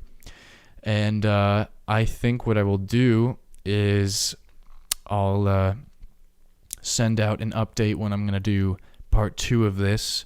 I may try to do it sometime this week, or maybe I'll just push it to next Sunday.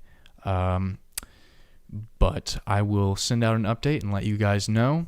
And we're gonna finish this one off together and end victorious, and try to get a nice finished piece from this. So thanks guys for tuning in, and I hope you have a good night or day or morning, whatever time it is for you. All right, take care.